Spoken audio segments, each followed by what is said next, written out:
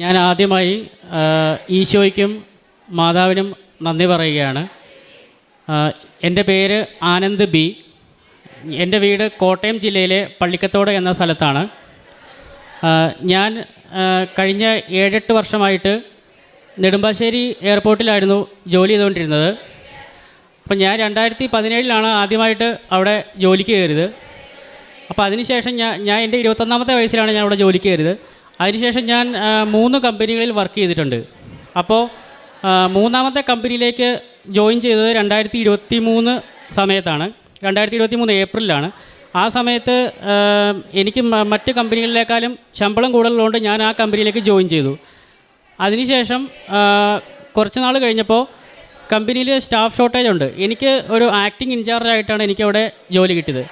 അപ്പോൾ അതിനുശേഷം വരുന്ന ഇത്ര എക്സ്പീരിയൻസ് ഉള്ളതുകൊണ്ട് അതിനുശേഷം വരുന്ന ഫസ്റ്റ് അപ്രൈസലിൽ എനിക്ക് സൂപ്പർവൈസറായിട്ട് പ്രൊമോഷൻ തരാം എന്ന വാഗ്ദാനത്തോടെയാണ് എനിക്ക് ജോലി കിട്ടിയത്. അതിനുശേഷം ഞാൻ ഇവിടെ ജോലിക്ക് കയറി കഴിഞ്ഞിട്ട് ഒരു 3-4 മാസം കഴിഞ്ഞപ്പോൾ തന്നെ ഭയങ്കരമായിട്ടൊരു ഹറാസ്മെൻറ്റ് എനിക്ക് നേരിടേണ്ടി വരുന്നുണ്ട്. കാരണം അവിടെ സ്റ്റാഫ് കുറവായിരുന്നു. സ്റ്റാഫിൻ്റെ കുറവുള്ളതുകൊണ്ട് നമുക്ക് ഒരുപാട് വർക്ക് ലോഡ് വരുന്നു. അതുപോലെ തന്നെ സ്റ്റാഫ് കുറവായതുകൊണ്ട് ഒരു കംപ്ലയിൻറ്റ്സ് വന്നു. അപ്പോൾ ആ കംപ്ലയിൻറ്റ്സ് വന്നപ്പോൾ അത് സ്വാഭാവികമായിട്ട് എൻ്റെ മേലെ അത് അടിച്ചേൽപ്പിക്കുകയാണ് ഉണ്ടായത്. കാരണം തെറ്റൊന്നും ചെയ്യാത്ത നേരെ വാ എന്നുള്ള രീതി ഡ്യൂട്ടി ചെയ്ത് പോകുന്ന എനിക്ക് അങ്ങനത്തെ ഒരു മോശമായ ഒരു അനുഭവം ഉണ്ടായി. അപ്പം ഞാൻ മാനസികമായിട്ട് എനിക്ക് ഒരുപാട് ബുദ്ധിമുട്ടുകൾ അനുഭവിച്ചു. കാരണം ശരിക്കും പറഞ്ഞാൽ ഒരു ഡിപ്രഷൻ പോലത്തെ ഒരു അവസ്ഥയിലേക്ക് എത്തിയായിരുന്നു കാര്യങ്ങൾ. അതിനുശേഷം ഞാൻ പിന്നെ അത് കഴിഞ്ഞിട്ട് എങ്ങനെയോ ഞാൻ അവിടെ ജോലി കണ്ടിന്യൂ ചെയ്തുകൊണ്ടിരിക്കുകയായിരുന്നു. കാരണം നമ്മുടെ ജൂനിയേഴ്സിൽ നിന്നും എനിക്ക് ഒരുപാട് ബുദ്ധിമുട്ടുകൾ അനുഭവിക്കേണ്ടി വന്നു. കാരണം ഈ ഒരു പ്രശ്നങ്ങളുള്ളതുകൊണ്ട് നമുക്ക് മാനസികമായിട്ട് തകർന്നിരിക്കുകയാണല്ലോ. അപ്പം എൻ്റെ ഫാമിലിയിൽ എനിക്ക് അച്ഛനും അമ്മ, എനിക്ക് വൈഫുണ്ട്. അപ്പം വൈഫ് ഇപ്പോൾ ജർമ്മനിയിലാണ് പഠിക്കുകയാണ്. അപ്പം കഴിഞ്ഞ വർഷം 2023 ഡിസംബറിലാണ് ആദ്യമായിട്ട് വൈഫ് ജർമ്മനിക്ക് പോയത്. അപ്പോൾ ആ സമയത്ത് ഞാൻ അവിടെ ജോലി ചെയ്തുകൊണ്ടിരിക്കുകയായിരുന്നു. അപ്പോൾ അതിനുശേഷം എനിക്കും അങ്ങോട്ടേക്ക് പോകണമെന്ന് ഒരാഗ്രഹമുണ്ട്. അപ്പം എനിക്ക് സ്വാഭാവികമായിട്ടൊരു ചാൻസ് ഉള്ളതെന്ന് പറഞ്ഞാൽ സ്പൗസ് വിസ നോക്കാനായിട്ടുള്ളൊരു ചാൻസ് ഉണ്ടായിരുന്നു. അപ്പം അത് നോക്കി. പക്ഷേ അതിനകത്ത് ഒരുപാട് ബുദ്ധിമുട്ടുകളും ഒക്കെ വന്നു. അപ്പോൾ എനിക്കത് നോക്കാൻ ശരിക്കും പറഞ്ഞു കഴിഞ്ഞാൽ ഒത്തിരി കഷ്ടപ്പാടുകൾ നേരിടേണ്ടി വന്നു. അപ്പം ഒത്തിരി കാലതാമസം എടുക്കുന്നു എന്ന് എനിക്കറിയാം. അപ്പം മാക്സിമം എത്രയും പെട്ടെന്ന് തന്നെ എനിക്ക് അവിടെ എത്തണം എന്നൊരാഗ്രഹമുണ്ട്. അപ്പം അതിനുശേഷം കഴിഞ്ഞ വർഷം 2024 ജൂൺ മാസം ലാസ്റ്റാണ് ഞാൻ ആദ്യമായിട്ട് ഇവിടെ വന്ന് ഉടമ്പടി എടുക്കുന്നത്. ഇപ്പോൾ ഇത് ഞാൻ 2 തവണ പുതുക്കുകയും ചെയ്തു. അപ്പം എനിക്കിതിനെപ്പറ്റി അറിയത്തില്ലായിരുന്നു. ശരിക്കും പറഞ്ഞാൽ എൻ്റെ വൈഫ് പറഞ്ഞതാണ് ഇങ്ങനെ ഇവിടെ വരണം, ഉടമ്പടി എടുക്കണമെന്ന്. അപ്പോൾ അതിനുശേഷം ഞാൻ ആദ്യമായിട്ട് ഇവിടെ 2024 ജൂൺ ലാസ്റ്റ് ഇവിടെ വന്നു. അങ്ങനെ ഉടമ്പടി എടുത്തു. ആദ്യമായിട്ട് വന്ന ദിവസം തന്നെ ഉടമ്പടി എടുത്ത ദിവസം തന്നെ എനിക്ക് നല്ലൊരു മാറ്റം, ഒരു പോസിറ്റീവായിട്ടുള്ളൊരു എനർജി എനിക്ക് ഫീൽ ചെയ്തായിരുന്നു. കാര്യം വേറൊന്നുമല്ല, അത്രയും നാൾ സ്പൗസ് വിസ മാത്രമേ ഉള്ളൊരു ഓപ്ഷൻ എന്ന് പറഞ്ഞിരുന്ന സമയത്ത് പെട്ടെന്ന് ഞാൻ ഇവിടെ വന്ന് ഉടമ്പടി എടുത്തു കഴിഞ്ഞ് ഞാൻ ഇവിടുന്ന് പുറത്തേക്ക് പോയി. ഞാൻ ബസ്സിൽ കയറി കഴിഞ്ഞപ്പോൾ തന്നെ ഞാനിങ്ങനെ ഫോൺ എടുത്ത് വെറുതെ നോക്കിയതേ ഉള്ളൂ. ഫോൺ എടുത്ത് നോക്കിയപ്പോൾ തന്നെ ഞാൻ ഇൻസ്റ്റഗ്രാമിൽ നോക്കിയപ്പം എനിക്കൊരു ഏജൻസിയുടെ ഒരു പേര് ഞാൻ കണ്ടു. അപ്പം ഞാൻ അതിൽ നോക്കിയപ്പോൾ എനിക്ക് ഒരു പോസ്റ്റ് കണ്ടു, ഓപ്പർച്യൂണിറ്റി കാർഡെന്ന് പറഞ്ഞൊരു ഓപ്ഷനുണ്ട് ജർമ്മനിക്ക് പോകാൻ എന്നുള്ളൊരു ചാൻസ് ഞാൻ കണ്ടു. അപ്പോൾ അതോടെ സ്പൗസ് വിസ എന്നുള്ളൊരു കാര്യം അല്ലാതെ നമുക്കൊരു ചാൻസ് ഉണ്ട് എന്ന് ദൈവം നമ്മളെ കാണിച്ചു തന്നു.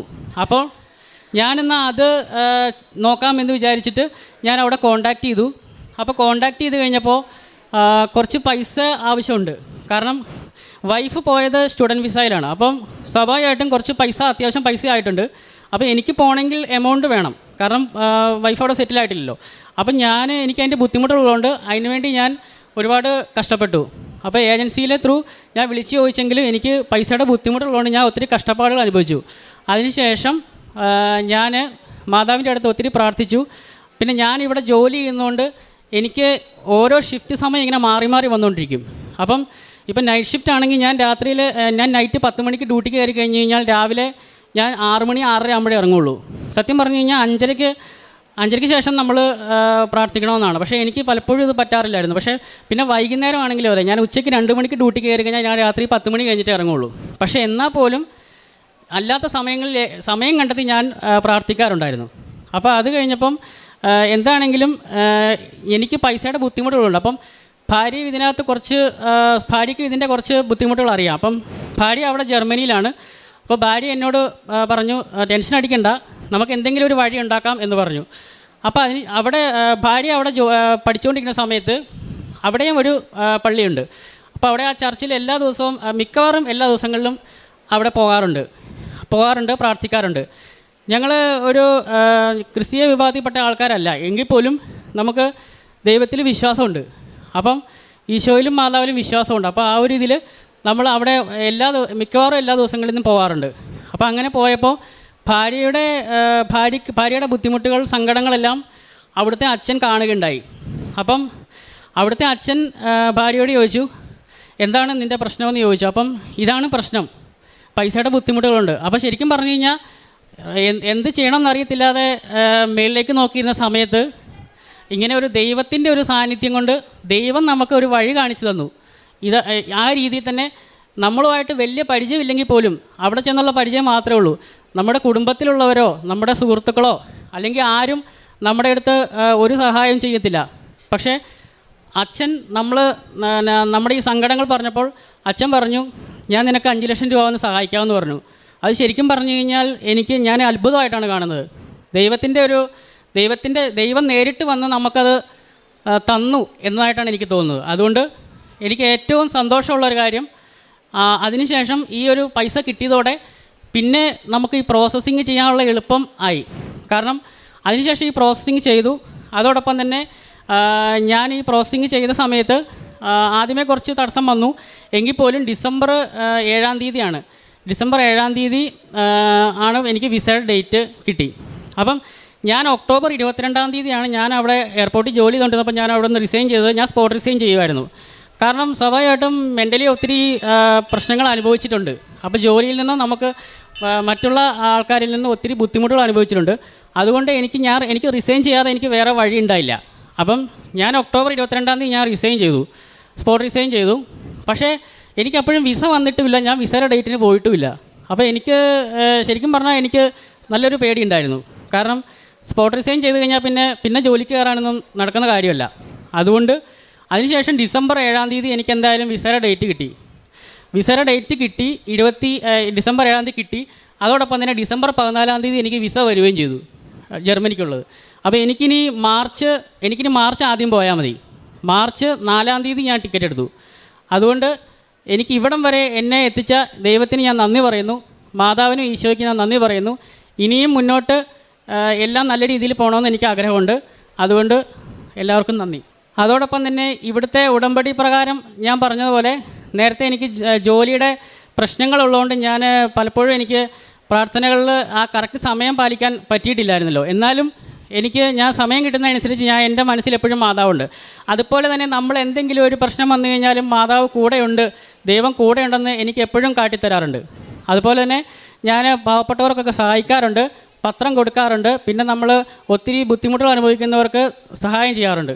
യെശയ്യാ പ്രവാചകൻ്റെ പുസ്തകം 48 10-ാം തിരുവചനം അരുളി ചെയ്യുന്നു, ഞാൻ നിന്നെ ശുദ്ധീകരിച്ചു, എന്നാൽ വെള്ളി പോലെയല്ല. കഷ്ടതയുടെ ചൂളയിൽ നിന്നെ ഞാൻ ശോധന ചെയ്തു. എനിക്ക് വേണ്ടി മാത്രമാണ് ഞാനിത് ചെയ്തത്. എൻ്റെ നാമം എങ്ങനെ കളങ്കിതമാകും? എൻ്റെ മഹത്വം ഞാൻ ആർക്കും നൽകുകയില്ല. ദൈവം തനിക്ക് എങ്ങനെയാണ് സമീപസ്ഥനായിക്കൊണ്ട് തൻ്റെ ജീവിതത്തെ ഇന്ന് ഈ അമ്മ പ്രത്യക്ഷപ്പെട്ട ആൾത്താരയിൽ കൊണ്ടുവന്ന് നിർത്തി സാക്ഷ്യം പറയുവാനായിട്ടുള്ള അനുഭവത്തിലേക്ക് തന്നെ കൊണ്ടുവന്നതെന്നാണ് ആനന്ദ് ഇവിടെ പങ്കുവയ്ക്കുന്നത്.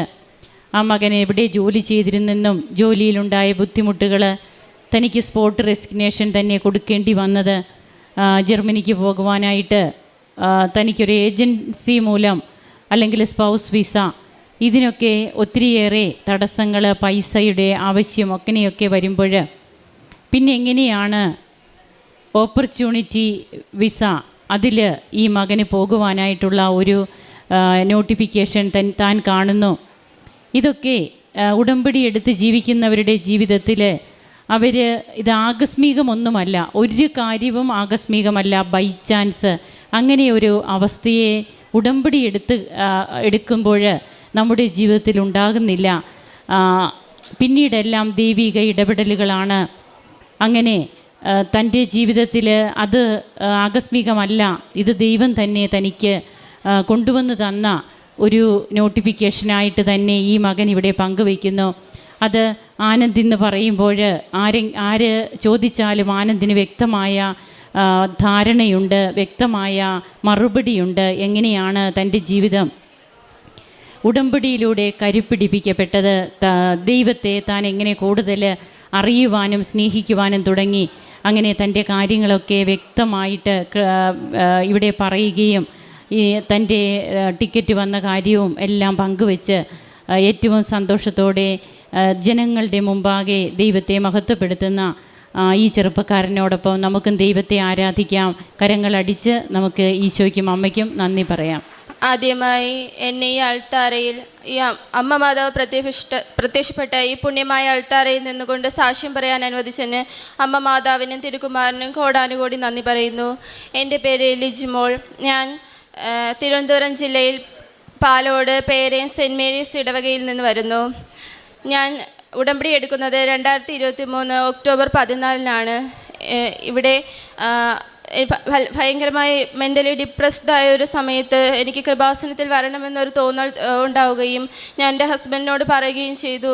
അങ്ങനെയാണ് ഞങ്ങളിവിടെ വരുന്നത്. അപ്പോൾ അവരിവിടെ വന്ന സമയത്ത് അവരെല്ലാവരും ഇങ്ങോട്ട് വന്ന് മാതാവിനെ കാണാൻ വന്നു. ഞാൻ ഒരു പ്രാവശ്യം ഒന്ന് മാതാവിനെ നോക്കി. എനിക്ക് ഉടമ്പടിയെ പറ്റിയൊന്നും അറിയില്ല.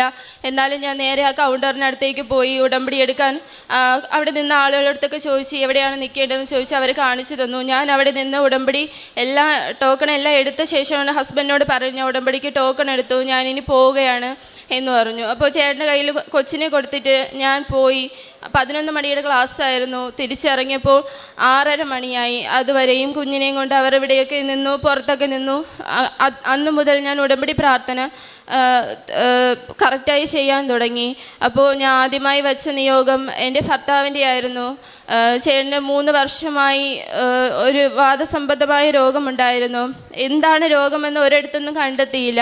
ആദ്യം അലോപ്പതി, പിന്നെ ആയുർവേദം, ഹോമിയോ, പല രീതിയിലും ഉള്ള ചികിത്സ ചെയ്തു. പക്ഷേ എന്താണ് രോഗമെന്ന് കറക്റ്റായി കണ്ടെത്താൻ പറ്റിയില്ല. അപ്പോൾ ഞാനിവിടെ കൃപാസനത്തിൽ വന്ന് നിയോഗം വെച്ച് എന്താണ് രോഗമെന്ന് എവിടെയെന്നെങ്കിലും മാതാവേ അത് കണ്ടെത്തി തരണേ എന്ന് വെച്ചാൽ രാവിലെ എണീച്ച ഉടനെ തന്നെ ഒരു കപ്പ് വെള്ളം പോലും എടുത്ത് കയ്യിൽ കുടിച്ച് ചായ പോലും കുടിക്കാൻ പറ്റാത്ത അവസ്ഥയായിരുന്നു. വിരലുകളിൽ മുത്ത് സന്ധി തോറും വേദനയും, കാൽമുട്ട് വേദനയും, നടുവേദനയും, ശരീരമാസകലം വേദനയായിരുന്നു. ആ ഒരു അവസ്ഥയിൽ ഞാൻ മാതാവിനോട് എന്നും കരഞ്ഞ് പ്രാർത്ഥിക്കുമായിരുന്നു. നേർച്ച വസ്തുക്കൾ ഉപയോഗിച്ച് പ്രാർത്ഥിക്കുമായിരുന്നു. ആഴ്ചയിൽ 2 ദിവസം ഉപവാസം എടുത്ത് ചേട്ടന് ഈ തൈലം നെറ്റി പൂശി കൊടുക്കുകയും ഉപ്പ് വായിൽ നാക്കിലിട്ട് പ്രാർത്ഥിക്കുകയും ചെയ്യുമായിരുന്നു. അപ്പോൾ കുറേ ദിവസത്തിന് ശേഷം 1 മാസം കഴിഞ്ഞപ്പോൾ ഞങ്ങൾക്ക് പുതിയൊരു ഹോസ്പിറ്റൽ കിട്ടുകയും ഐറിസ് പോകുമ്പോഴുള്ള ഒരു ഹോസ്പിറ്റൽ കിട്ടുകയും അവിടുത്തെ ആദ്യത്തെ ബ്ലഡ് ടെസ്റ്റ് തന്നെ പോകുമ്പോഴൊക്കെ ഞാൻ കാശ് രൂപം ചേട്ടൻ്റെ കയ്യിൽ കൊടുത്തുവിടും. ഞാൻ വീട്ടിലിരുന്ന് പ്രാർത്ഥിക്കും. എപ്പോഴും ജപമാല ചൊല്ലി പ്രാർത്ഥിക്കുമായിരുന്നു. അപ്പോൾ ഐറിസിൽ ആ ബ്ലഡ് ടെസ്റ്റിൽ തന്നെ ചേട്ടന് സോറിയാസിസ് ആർത്രൈറ്റിസ് ആണെന്ന് കണ്ടെത്തുകയും 1 മാസം കൊണ്ട് തന്നെ അവിടുത്തെ ചികിത്സയാണെന്ന് തന്നെ ഞാൻ പറയുന്നില്ല, എൻ്റെ മാതാവിൻ്റെ ആ ഒരു കൃപ കൊണ്ട് തന്നെ പെട്ടെന്ന് തന്നെ രോഗസൗഖ്യമാകുകയും 3 വർഷമായി ജോലിക്ക് പോകാതിരുന്ന ആൾ പിന്നീട് ജോലിക്ക് പോകാനും നല്ലതായി നടക്കുവാനും അവരുടെ സ്വന്തം കാര്യങ്ങളെല്ലാം ചേട്ടന് തന്നെ ചെയ്യാനും കഴിഞ്ഞു. ഒരു തുണി പോലും എടുത്ത് മുറുക്കി പിടിക്കാൻ പറ്റാത്ത അവസ്ഥയായിരുന്നു. അത്രയ്ക്കും ഒരുപാട് സങ്കടപ്പെട്ട അവസ്ഥയിൽ നിന്ന് മാതാവ് വളരെയധികം രോഗസൗഖ്യം നൽകി. പിന്നീട് രണ്ടാമതായി എനിക്ക് പറയാനുള്ള സാക്ഷ്യം എൻ്റെ അമ്മയുടേതാണ്. ഞാൻ എൻ്റെ അമ്മയെ കണ്ടിട്ട് 13 വർഷമായിരുന്നു. എൻ്റെ അമ്മയ്ക്ക് മെൻ്റൽ പ്രോബ്ലമുള്ള ഒരു അമ്മയായിരുന്നു. അപ്പോൾ ഞാൻ 4-ലും എൻ്റെ സഹോദരൻ 8-ലും പഠിക്കുന്ന സമയത്ത് എൻ്റെ പപ്പയും അമ്മയും തമ്മിൽ ഡിവോഴ്സ്ഡായി. അത് കഴിഞ്ഞ് ചേട്ടൻ പപ്പയുടെ, എൻ്റെ സഹോദരൻ പപ്പയുടെ കൂടെ പോവുകയും ഞാൻ അമ്മയുടെ കൂടെയുമായിരുന്നു. അപ്പോൾ ഞാൻ ആ സമയത്താണ് അമ്മയ്ക്ക് ഇത്രയും മാനസികമായി ഇത്രയും പ്രശ്നമുള്ളത് അറിയുന്നത്. ഇവരുടെ കൂടെ ആയിരുന്നപ്പോൾ എന്നും പള്ളിയിലും എല്ലാ ഞായറാഴ്ചയും പള്ളിയിൽ പോകും. വീട്ടിൽ കുടുംബ പ്രാർത്ഥനയൊക്കെ കറക്റ്റായിട്ടുണ്ടായിരുന്നു. പപ്പയ്ക്ക് മാത്രമാണ് അമ്മയുടെ ഈ സംശയ രോഗമായിരുന്നു. അമ്മയ്ക്ക് ഇത്രയും രോഗമുണ്ട്, ഇത്രയും അധികം ഇതാണെന്ന് പപ്പയ്ക്ക് മാത്രമേ അറിയാമായിരുന്നു. പിന്നീട് ഞാൻ എൻ്റെ അമ്മയുടെ കൂടെ ഒറ്റയ്ക്കായപ്പോഴാണ് അമ്മയുടെ യഥാർത്ഥ അസുഖത്തിൻ്റെ ഇതും അതിൻ്റെ തീവ്രതയും ഞാൻ അറിയുന്നത്. ഒരുപാട് അനുഭവിച്ചു. അമ്മയുടെ അടുത്തായിരുന്നപ്പോൾ മാനസിക രോഗമുള്ള ഒരു വ്യക്തിയുടെ കൂടെ ജീവിക്കുന്നത് വളരെ പ്രയാസമാണ്. ഞാൻ അപ്പോഴാണ് എല്ലാം അറിയുന്നത്. പിന്നീട് ഒരുപാട് വിഷമിച്ച അവസരങ്ങളിലെല്ലാം അമ്മേനെ 2 മാസം പൂട്ടി റൂമിനകത്തൊക്കെ ഇട്ടിട്ട് ജോലിക്കൊക്കെ പോകുമായിരുന്നു. ആ സമയങ്ങളിലെല്ലാം ബൈബിൾ വായന, എനിക്കൊന്നും അറിയില്ല. അപ്പോൾ ഞാനൊരു 5ാം ക്ലാസ് പഠിക്കുന്ന സമയമാണ്. അപ്പോഴും ഞാൻ ബൈബിളൊക്കെ എടുത്ത് നോക്കും, വായിക്കും. ഒറ്റയ്ക്ക് ആരുമില്ല, ആരും എൻ്റെ കൂടെ ഇല്ല, ആരടുത്തും പറയാൻ പറ്റില്ല, പുറത്ത് ആരടുത്തും മിണ്ടാൻ പറ്റില്ല. അങ്ങനത്തെ ഒരു അവസ്ഥയിൽ അമ്മ പോയാലും ഞാനിങ്ങനെ ഈശോയോട് പ്രാർത്ഥിക്കുമായിരുന്നു. ഈശോയുടെ ഒരു തിരുഹൃദയ ഫോട്ടോ നോക്കി ഞാൻ എപ്പോഴും പ്രാർത്ഥിക്കുമായിരുന്നു. അപ്പോൾ ആ ഒരു കരുതൽ കൊണ്ടാണ് എന്നെ ഇന്ന് ഈ നിലയിൽ എൻ്റെ മാതാവും ഈശോയെ എത്തിച്ചത്.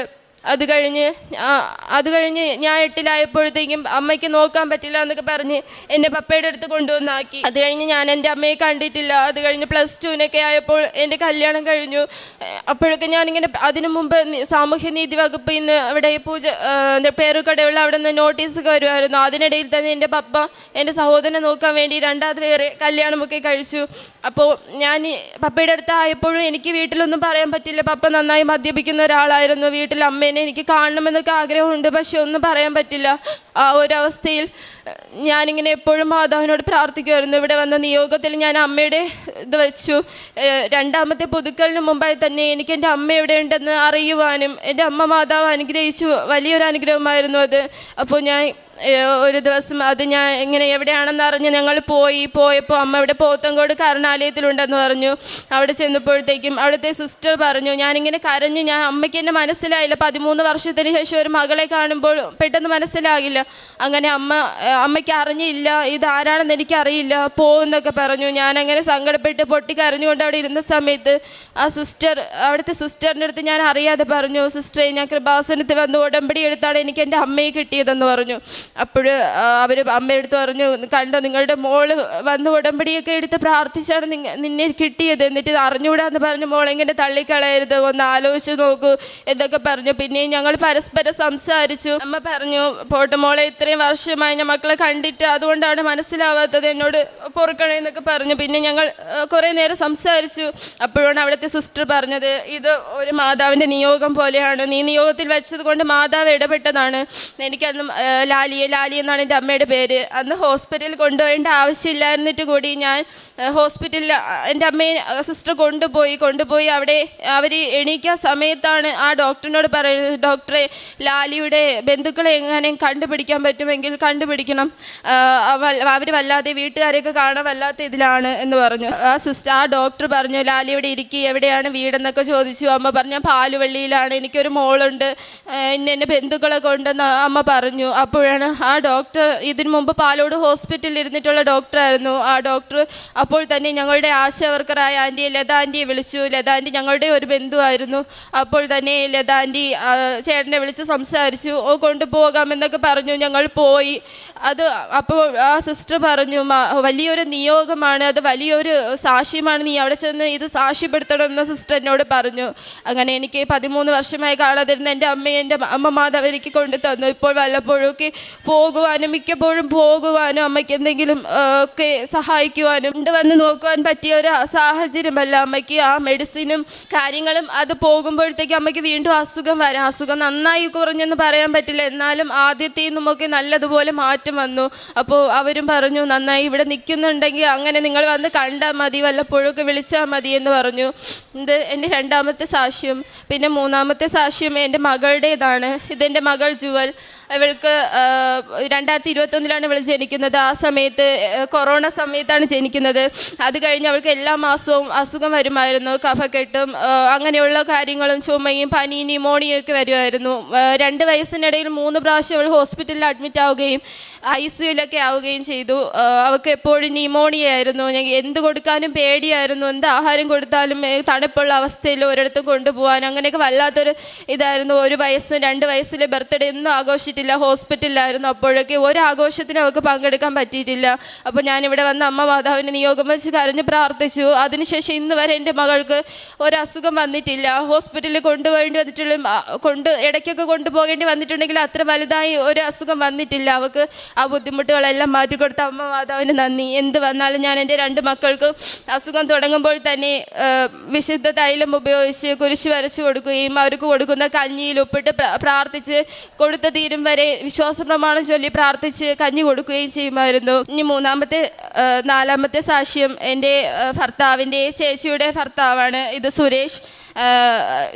പുള്ളിക്കാരന് മരം വെട്ടുക, അങ്ങനെ തെങ്ങിൽ കയറ്റുക, അങ്ങനെയൊക്കെയുള്ള ജോലിയാണ്, കൂലിപ്പണിയാണ്. അപ്പോൾ കഴിഞ്ഞ നവംബറിൽ അണ്ണൻ ഇതുപോലെ ഒന്ന് മരത്തിൽ നിന്ന് വീണായിരുന്നു. അപ്പോൾ ചേട്ടൻ്റെ അടുത്ത് രാവിലെ പറഞ്ഞു, അളിയൻ മരത്തിൽ നിന്ന് വീണു, ഞാൻ ഹോസ്പിറ്റലിലേക്ക് പോവുകയാണ്, നീ പ്രാർത്ഥിക്കുമെന്ന് പറഞ്ഞിട്ട് പോയി, ആരടുത്തും പറയണ്ട, വീട്ടിലൊന്നും പറയണ്ട, ആരടുത്തും പറയണ്ട, നീ പ്രാർത്ഥിക്കുമെന്ന് പറഞ്ഞു. ചേട്ടൻ പറഞ്ഞിട്ട് പോയ നേരം മുതൽ ഞാൻ മാതാവിൻ്റെ ഫോട്ടോയും എടുത്ത് വെച്ച് ആരടുത്തും പറയാൻ പറ്റില്ല. അതുകൊണ്ട് ഞാൻ ഈ ആഴ്ചയിൽ 2 ദിവസം ഉപവാസം എടുക്കുന്നുണ്ട്. അമ്മയ്ക്കൊക്കെ അറിയാം ഞാൻ പ്രാർത്ഥിക്കും, ചെന്നിരുന്ന് മുട്ടുകുത്തി പ്രാർത്ഥിക്കണം. അപ്പം അമ്മ അത് കാര്യമാക്കിയില്ല. അപ്പോൾ ഞാൻ അന്ന് ഉപവാസത്തിലും കൂടെ ആയിരുന്നു. ഞാൻ ചെന്ന് അമ്മ മാതാവിൻ്റെ ഫോട്ടോ എടുത്ത് വെച്ച് പ്രാർത്ഥിച്ചു. ഞാൻ മാതാവിനോട് ഇത്രേ പറഞ്ഞോളൂ, അമ്മ മാതാവേ, ഒരു കുഴപ്പവുമില്ലാതെ ഇവിടെ നിന്ന് പോയതുപോലെ അണ്ണൻ തിരിച്ചു വരണം, ഒരു കുഴപ്പവും വരരുത്, പൊട്ടൽ അങ്ങനെയുള്ള ഒരു കാര്യങ്ങൾ വരരുത്. മാതാവ് പൊട്ടൽ വല്ലതും ഉണ്ടെങ്കിൽ ഇപ്പോൾ തന്നെ സഞ്ചാരി മാതാവായി ചെന്ന് അത് തൊട്ട് ഒരു സ്ക്രാച്ചാക്കി മാറ്റണേ അമ്മയെന്ന് ഞാൻ പ്രാർത്ഥിച്ചു.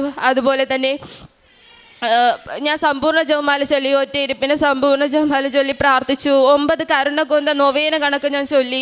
അത് കഴിഞ്ഞ് 1 മണിയായപ്പോൾ MRI സ്കാൻ എടുത്തു, CT സ്കാൻ എടുത്തു. ആ സമയത്തൊക്കെ ചേട്ടനെ വിളിച്ച് ചോദിച്ചുകൊണ്ടിരുന്നു. ചേട്ടൻ പറഞ്ഞു, ഞാൻ ഇവിടേക്ക് കൊണ്ടുപോവുകയാണ്. ഞാൻ പിന്നെ കാശ് രൂപ എൻ്റെ കയ്യിൽ കൊടുത്ത് പ്രാർത്ഥിക്കാൻ പറഞ്ഞു. ചേട്ടൻ പറഞ്ഞു, ഞാൻ അടുത്ത് നിന്ന് പ്രാർത്ഥിക്കുക തന്നെ, നീ പ്രാർത്ഥിച്ചോ, ഒരു കുഴപ്പവും വരില്ല, ആരോടും ഒന്നും പറയാൻ പറ്റില്ല. 1 മണി വരെ ഞാൻ ആരോടും ഒന്നും പറഞ്ഞില്ല. 1 മണിയായപ്പോഴത്തേക്ക് എല്ലാത്തിൻ്റെ റിസൾട്ടുകൾ വന്നു. ചേട്ടൻ വിളിച്ചിട്ട് പറഞ്ഞു, ഒരു കുഴപ്പവുമില്ല, അതൊരു സ്ക്രാച്ച്, വാരിയലിൻ്റെ ഭാഗത്ത് ചെറിയൊരു സ്ക്രാച്ച് മാത്രമേ ഉള്ളൂ, ഒരു പൊട്ടലോ വേറെ ഒരിടത്തും ഒരു ചതവോ മുറിവോ ഒന്നുമില്ല.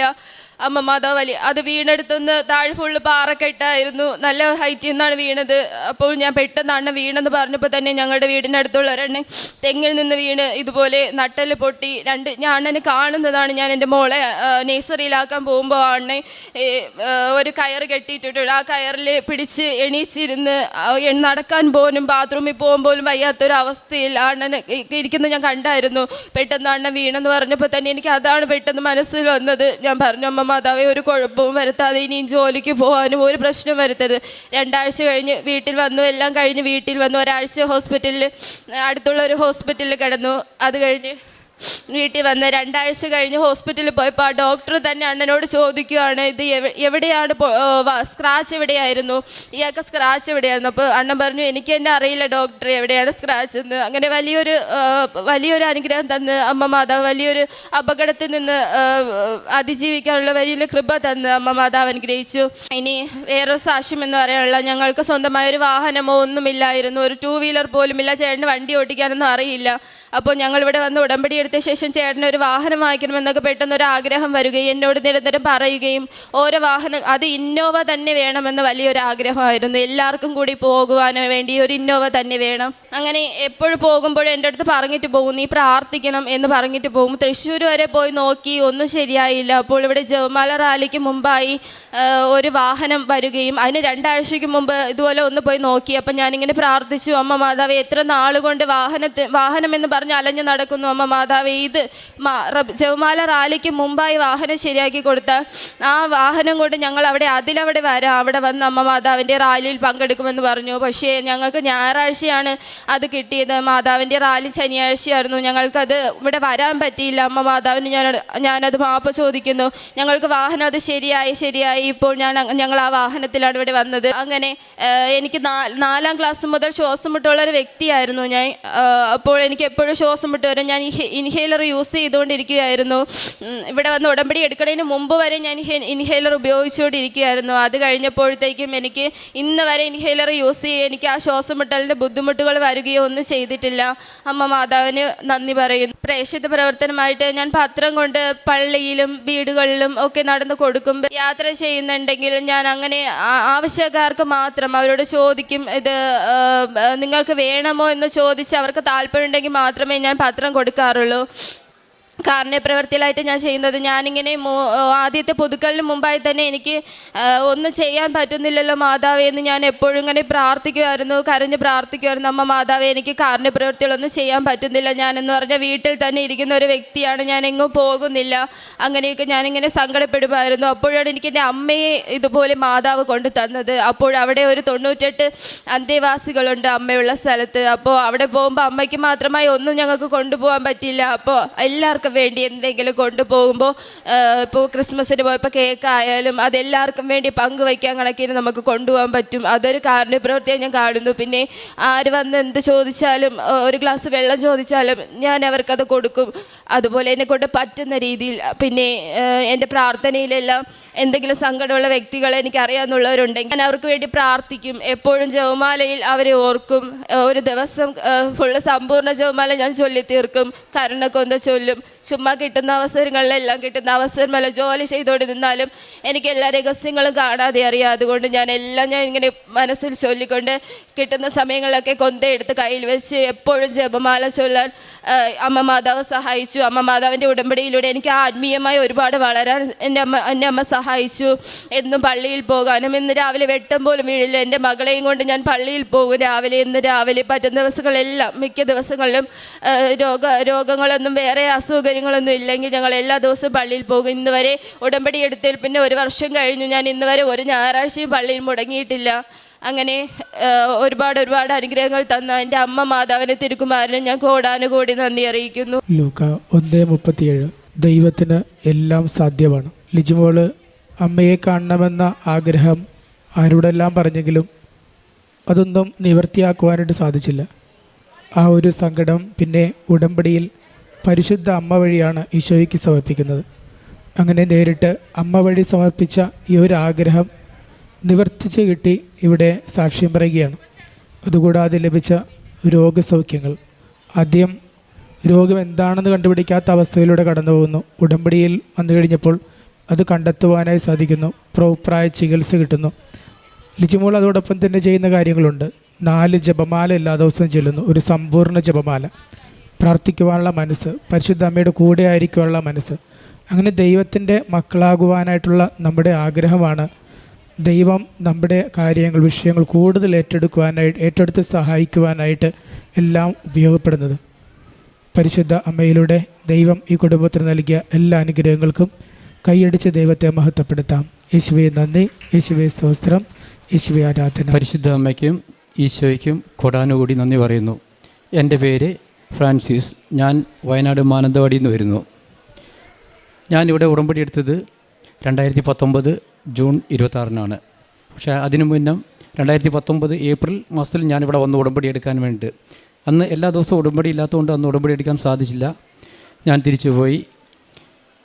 എൻ്റെ നിയോഗമായിരുന്നു, ഞാനൊരു സ്പെയർ പാർട്സ് കട നടത്തിക്കൊണ്ടിരിക്കുകയായിരുന്നു. കച്ചവടമെല്ലാം കുറഞ്ഞപ്പോൾ ഞാനത് നിർത്തി. അപ്പോൾ ഒരുപാട് സാധനങ്ങൾ ബാക്കി വന്നു. അത് 1 വർഷമായിട്ട് വിറ്റുപോകാൻ സാധിച്ചില്ല. അങ്ങനെ അതിൻ്റെ നിയോഗമായിട്ടാണ് ഞാൻ ഏപ്രിൽ മാസത്തിൽ വന്നത്. ഞാനിവിടെ വന്ന് തിരിച്ച് ഞാൻ വീട്ടിലെത്തി. ഒരാഴ്ചയ്ക്കുള്ളിൽ തന്നെ എൻ്റെ ആ സാധനങ്ങൾ മുഴുവൻ ഞാൻ ഉദ്ദേശിക്കുന്നാലും വിലയിൽ അതെല്ലാം വിറ്റുപോയി. ഈശോയ്ക്കും പരിശുദ്ധ അമ്മയ്ക്കും ഞാൻ നന്ദി പറയുന്നു. അതുപോലെ ഞങ്ങൾ കുറച്ച് പേര് ഷെയർ കൂടി മേടിച്ച സ്ഥലമുണ്ടായിരുന്നു. അത് 3 വർഷമായിട്ടും വിൽക്കാൻ സാധിച്ചില്ല. വിൽക്കാൻ സാധിക്കാത്തതിൻ്റെ കാരണം അതിൻ്റെ ഒരതിർത്തി ഒരു RC പള്ളിയുടെ സെമിത്തേരി ആയിരുന്നു. സെമിത്തേരി കാരണം വരുന്നവരാരും അത് വാങ്ങുന്നില്ലായിരുന്നു. അച്ഛൻ്റെ യൂട്യൂബ് ആരാധനയിൽ കൂടിക്കൊണ്ടിരിക്കുമ്പോൾ അച്ഛൻ പറഞ്ഞായിരുന്നു, ഫെബ്രുവരി 25, 26, 27 ദിവസങ്ങളിൽ വിൽക്കാൻ പറ്റാത്ത സ്ഥലങ്ങളിൽ പോയി പ്രാർത്ഥിക്കാൻ.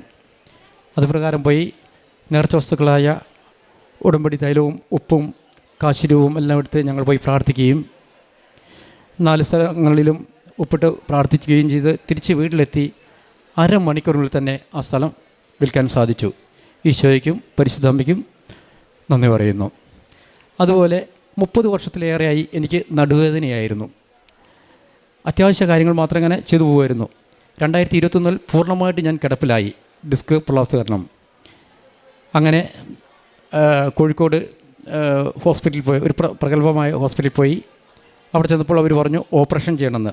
ഓപ്പറേഷൻ ചെയ്യാൻ ഞങ്ങൾക്ക് ബുദ്ധിമുട്ടുള്ളതുകൊണ്ട് ഞങ്ങൾ തിരിച്ചു പോന്നു. പരിശുദ്ധ അമ്മയോട് നിരന്തരമായി പ്രാർത്ഥിക്കുന്നുണ്ടായിരുന്നു ഓപ്പറേഷൻ ഇല്ലാണ്ട് എൻ്റെ അസുഖം മാറണമെന്ന്. അങ്ങനെ വീണ്ടും 1 മാസം കഴിഞ്ഞപ്പോഴും എനിക്ക് ഒട്ടും നടക്കാൻ പറ്റാണ്ട്, തീരെ നടക്കാൻ പറ്റാണ്ട്, വണ്ടിയിൽ കയറാൻ പോലും എനിക്ക് പറ്റില്ല. അങ്ങനെ എടുത്തു കയറ്റിയാണ് എന്നെ കൊണ്ടുപോയത്. അവിടെ ചെന്നപ്പോഴും വേറെ ഹോസ്പിറ്റലിലേക്കാണ് പോയത്. അവിടെ ചെന്നപ്പോഴും അവർ പറഞ്ഞു ഇത് നിസ്സാരമായ കാര്യമല്ല, ഇത് സർജറി ചെയ്യാണ്ട് പറ്റില്ല എന്ന് പറഞ്ഞു. അതും കീ ഹോളൊന്നും പറ്റില്ല, ഓപ്പൺ സർജറി തന്നെ ചെയ്യണമെന്ന് പറഞ്ഞു. പക്ഷേ ഞങ്ങളുടെ പ്രാർത്ഥന കാരണം അവരതിനെ ഡേറ്റെല്ലാം തന്നു വിട്ടു. പക്ഷേ വീട്ടിൽ നിന്ന് വീണ്ടും ഓപ്പറേഷൻ ഞങ്ങൾ വിധേയമല്ലാത്തതുകൊണ്ട് ഒരു ഒപ്പീനിയൻ എടുക്കാൻ വേണ്ടി ഞങ്ങളുടെ നാട്ടിൽ തന്നെ, വയനാട്ടിൽ തന്നെ ഒരു ഹോസ്പിറ്റലിൽ പോവുകയും അവിടുന്ന് ഡോക്ടർ പറഞ്ഞു ഓപ്പറേഷൻ ചെയ്യേണ്ട, 1 ആഴ്ച അവിടെ കിടക്കുക. അവിടുന്ന് ചെറിയ ചികിത്സകളൊക്കെ തന്നു. വീട്ടിൽ പോയിട്ട് 1 മാസം വെയിറ്റിട്ട് കിടന്ന് റെസ്റ്റ് എടുക്കാൻ പറഞ്ഞു. ഒപ്പം തന്നെ വിശുദ്ധ നേർച്ച വസ്തുക്കൾ ഉപയോഗിക്കുകയും ചെയ്തിരുന്നുണ്ടായിരുന്നു. ഇന്ന് ഒരു കുഴപ്പമില്ലാണ്ട് പൂർണ്ണമായിട്ടും എനിക്ക് നടുവേദന സൗഖ്യപ്പെട്ട് കിട്ടി. പിന്നെ പ്രേക്ഷിത പ്രവർത്തനങ്ങൾ എല്ലാ മാസവും ഞാൻ പത്രം മേടിച്ച് വിതരണം ചെയ്തിട്ടുണ്ട്. ആദ്യമൊക്കെ ഞാൻ ബസ് സ്റ്റാൻഡിലും ബസ്സുകളിലൊക്കെ പോയി കൊടുക്കുമായിരുന്നു, ഓട്ടോറിക്ഷ സ്റ്റാൻഡിലൊക്കെ കൊടുക്കുമായിരുന്നു. ഇപ്പോൾ പരമാവധി വീടുകളിൽ പോയിട്ട് ഞാൻ പത്രവിതരണം ചെയ്യുന്നുണ്ട്.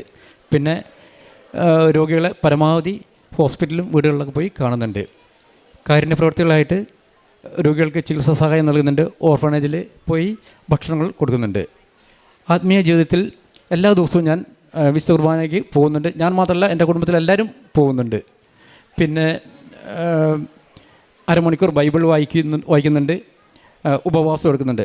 ഈ ബൈബിൾ വായന എന്ന് പറഞ്ഞാൽ ഈ ഉടമ്പടി എടുക്കുന്നതിന് മുന്നേ സമ്പൂർണ്ണ ബൈബിള് ഒരു തവണയെങ്കിലും വായിക്കണമെന്ന് എനിക്ക് ആഗ്രഹം ഉണ്ടായിരുന്നു. പക്ഷേ ഇതുവരെ എനിക്ക് വായിക്കാൻ കഴിഞ്ഞില്ല. ഈ ഉടമ്പടി എടുത്തതിന് ശേഷം 4 തവണ ഞാൻ വായിച്ചു കഴിഞ്ഞു. അതുപോലെ ഉപവാസമാണെങ്കിലും എല്ലാ ദുഃഖവെള്ളിയാഴ്ചയ്ക്കും ഞാൻ ഓർക്കും ഒരു ദിവസമെങ്കിലും ഉപവാസം എടുക്കണമെന്ന്. അതും നടക്കില്ല, ഉച്ചയാകുമ്പോഴത്തേക്കും നമ്മുടെ പിടുത്തം വിട്ടുപോയിരുന്നു. പക്ഷേ ഇപ്പോൾ എല്ലാ ആഴ്ചയും ഒരു ദിവസം ഫുള്ളായിട്ട് ഉപവാസം എടുക്കാനുള്ള കൃപ കിട്ടിയിട്ടുണ്ട്.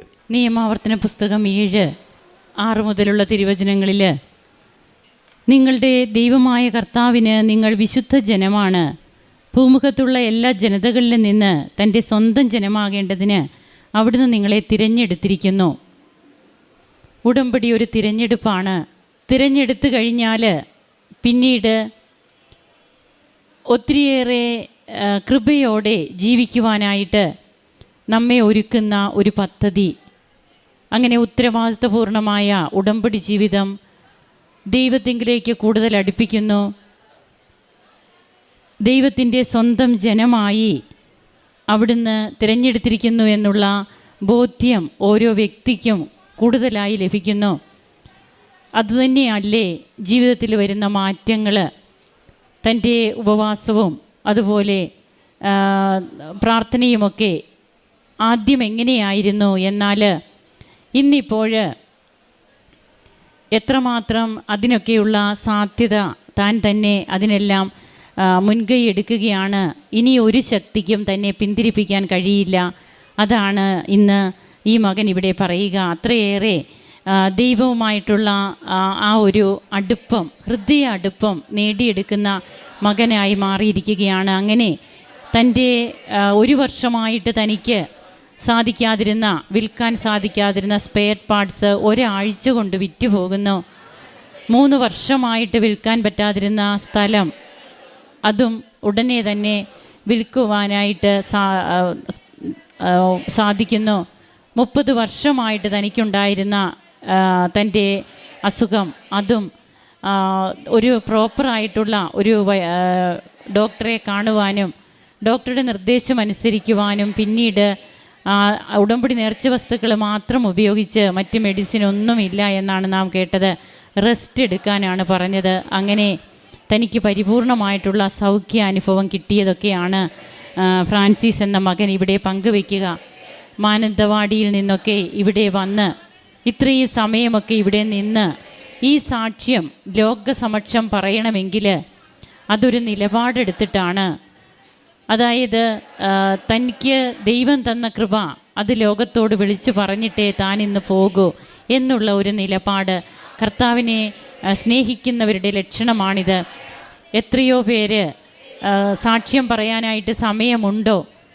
ഇനി ഞങ്ങൾക്ക് പലതരത്തിലുള്ള പദ്ധതികളുമായിട്ട് ഇവിടെ വന്നിട്ട് അവരുടെ പ്രോഗ്രാമിന് എന്തെങ്കിലും കുറവ് വരാതെ സാക്ഷ്യം പറയാൻ പറ്റിയാൽ അത്രയും നന്ന് എന്നൊക്കെ ചിന്തിക്കുന്ന ആരെങ്കിലുമൊക്കെ ആണോ നാം എന്ന് നാം തന്നെയാണ് വിലയിരുത്തേണ്ടത്. കർത്താവിന് വേണ്ടിയിട്ട് നാം സമയമെടുക്കുമ്പോൾ നമ്മുടെ ജീവിതത്തിനും നമ്മുടെ കുടുംബത്തിനുമൊക്കെ ദൈവവും എത്രമാത്രം ശ്രദ്ധാലുവായിരിക്കും. നമ്മെ തിരഞ്ഞെടുത്ത ദൈവം സത്യവാനാണ്.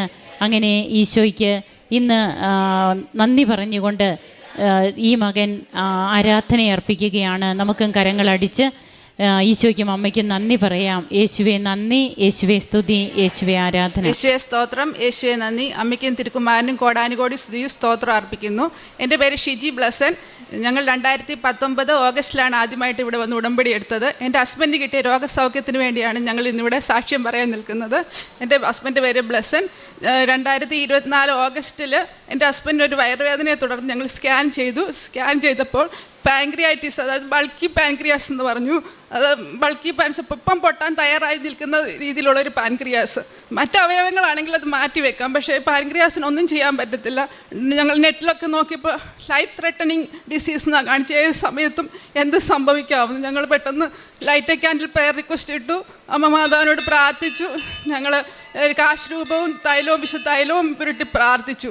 ഞങ്ങൾ സ്കാൻ റിസൾട്ടുമായിട്ട് ഹോസ്പിറ്റലിൽ ചെന്നപ്പോൾ പെട്ടെന്ന് അഡ്മിറ്റ് ആവണമെന്ന് പറഞ്ഞു.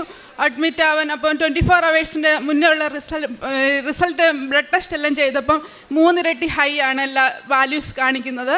അപ്പം അഡ്മിറ്റ് ആവാൻ പറഞ്ഞത് റിസൾട്ടുമായി ചെന്നപ്പം 24 hours കഴിഞ്ഞത് കാരണം വീണ്ടും റിപ്പീറ്റ് ചെയ്യണമെന്ന് പറഞ്ഞു.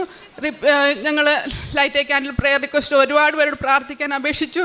എല്ലാത്തിനും ഫലമായിട്ട് റിസൾട്ട് വന്നപ്പോൾ പകുതിയായിട്ട് കുറഞ്ഞു.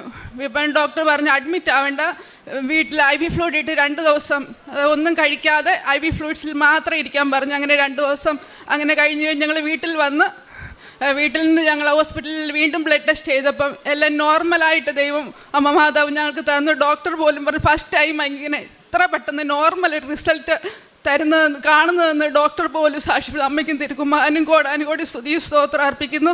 അത് കഴിഞ്ഞിട്ടും പക്ഷേ ഹസ്ബൻഡിൻ്റെ വയറുവേദന പൂർണ്ണമായും മാറുന്നില്ല. അങ്ങനെ ഡോക്ടർ പറഞ്ഞു CT സ്കാൻ ചെയ്യാൻ. CT സ്കാൻ ചെയ്തപ്പോൾ പാൻക്രിയാസ് നോർമൽ പാൻക്രിയാസ് കാണിക്കുന്നു, പക്ഷേ പ്രോസ്റ്റേറ്റിസിന് വീണ്ടും കംപ്ലൈൻറ്റ്. അപ്പോൾ അതും വീണ്ടും അതിൻ്റെ ബ്ലഡ് ടെസ്റ്റ് എല്ലാം ചെയ്തപ്പം അതും എല്ലാം നോർമൽ, പ്രായത്തിൻ്റെതായിട്ടുള്ള കുഴപ്പങ്ങളേ ഉള്ളൂ, മറ്റു കുഴപ്പങ്ങളൊന്നും ഇല്ലെന്ന് പറഞ്ഞു. പക്ഷേ വയറുവേദനയ്ക്ക് ഒരു കുറവുമില്ല. വീണ്ടും ഡോക്ടർ പറഞ്ഞെങ്കിൽ എൻഡോസ്കോപ്പി ആൻഡ് കൊളോണോസ്കോപ്പി ചെയ്യാൻ പറഞ്ഞു. അതിൽ അപ്പോൾ ഞാൻ അമ്മ ഈ സമയത്തെല്ലാം ഞങ്ങൾ ഈ കാശ് രൂപവും തൈലവും മാത്രമേ ഉപയോഗിച്ചിട്ടുള്ളൂ. ഡോക്ടർ പറഞ്ഞു വേദന കൂടുന്ന സമയത്ത് പെയിൻ കില്ലർ കഴിക്കും, പക്ഷേ ഞങ്ങൾ പെയിൻ കില്ലർ ഒന്നും കഴിച്ചിട്ടില്ല.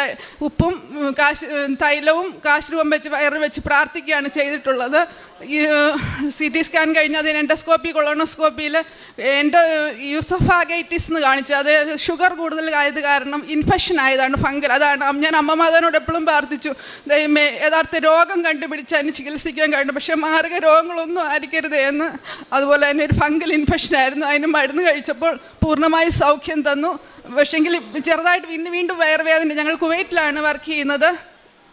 അപ്പോൾ ഇവിടെ വന്ന് ഞങ്ങൾ വീണ്ടും സ്കാൻ ചെയ്തപ്പോൾ ഇപ്പോൾ എല്ലാം നോർമൽ റിസൾട്ട് ദൈവം തന്ന് ഞങ്ങളെ അനുഗ്രഹിച്ചു.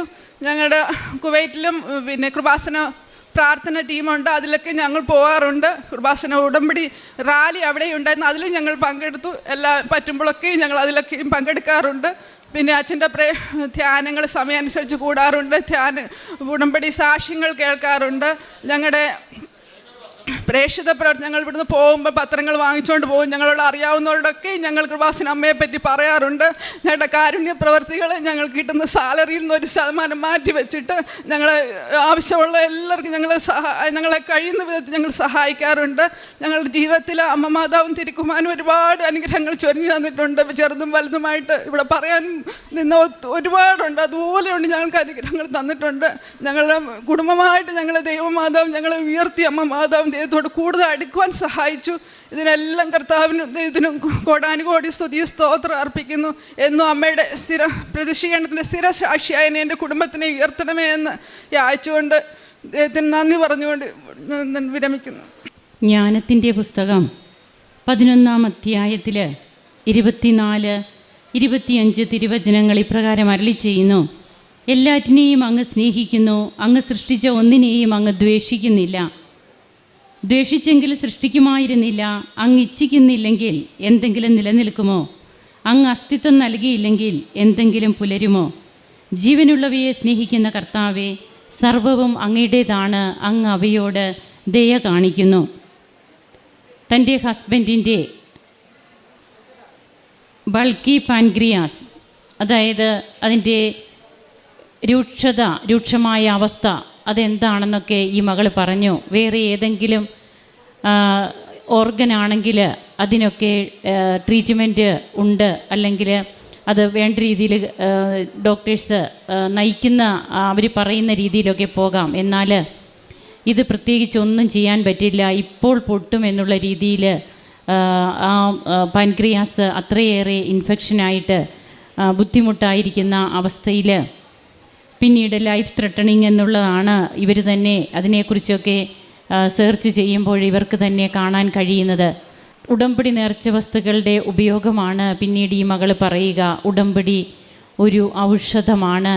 ഉടമ്പടി നേർച്ച വസ്തുക്കൾ അത് ആയുധമെന്നൊക്കെയാണ് ഓരോ വ്യക്തികൾ അനുഭവ സാക്ഷ്യത്തിലൊക്കെ പങ്കുവയ്ക്കുമ്പോൾ പറയുക. അങ്ങനെ ഈ നേർച്ച വസ്തുക്കളുടെ ഉപയോഗത്തിലൂടെ മാത്രം ഈ മകൻ്റെ പല രീതിയിലും തകർന്നുകൊണ്ടിരുന്ന അത് അല്ലെങ്കിൽ ലൈഫ് ത്രെട്ടണിങ് എന്നുവരെ പറഞ്ഞിരുന്ന ആ ഒരു അവസ്ഥകളൊക്കെ എല്ലാ എൻസൈംസും നോർമലായി മാറുന്നു എന്നുള്ളതാണ്. അപ്പോൾ ഡോക്ടേഴ്സ് തന്നെ പറയുന്ന വാക്കുകളൊക്കെ എന്തെന്ന് ഷിജി തന്നെ ഇവിടെ പങ്കുവെച്ചു.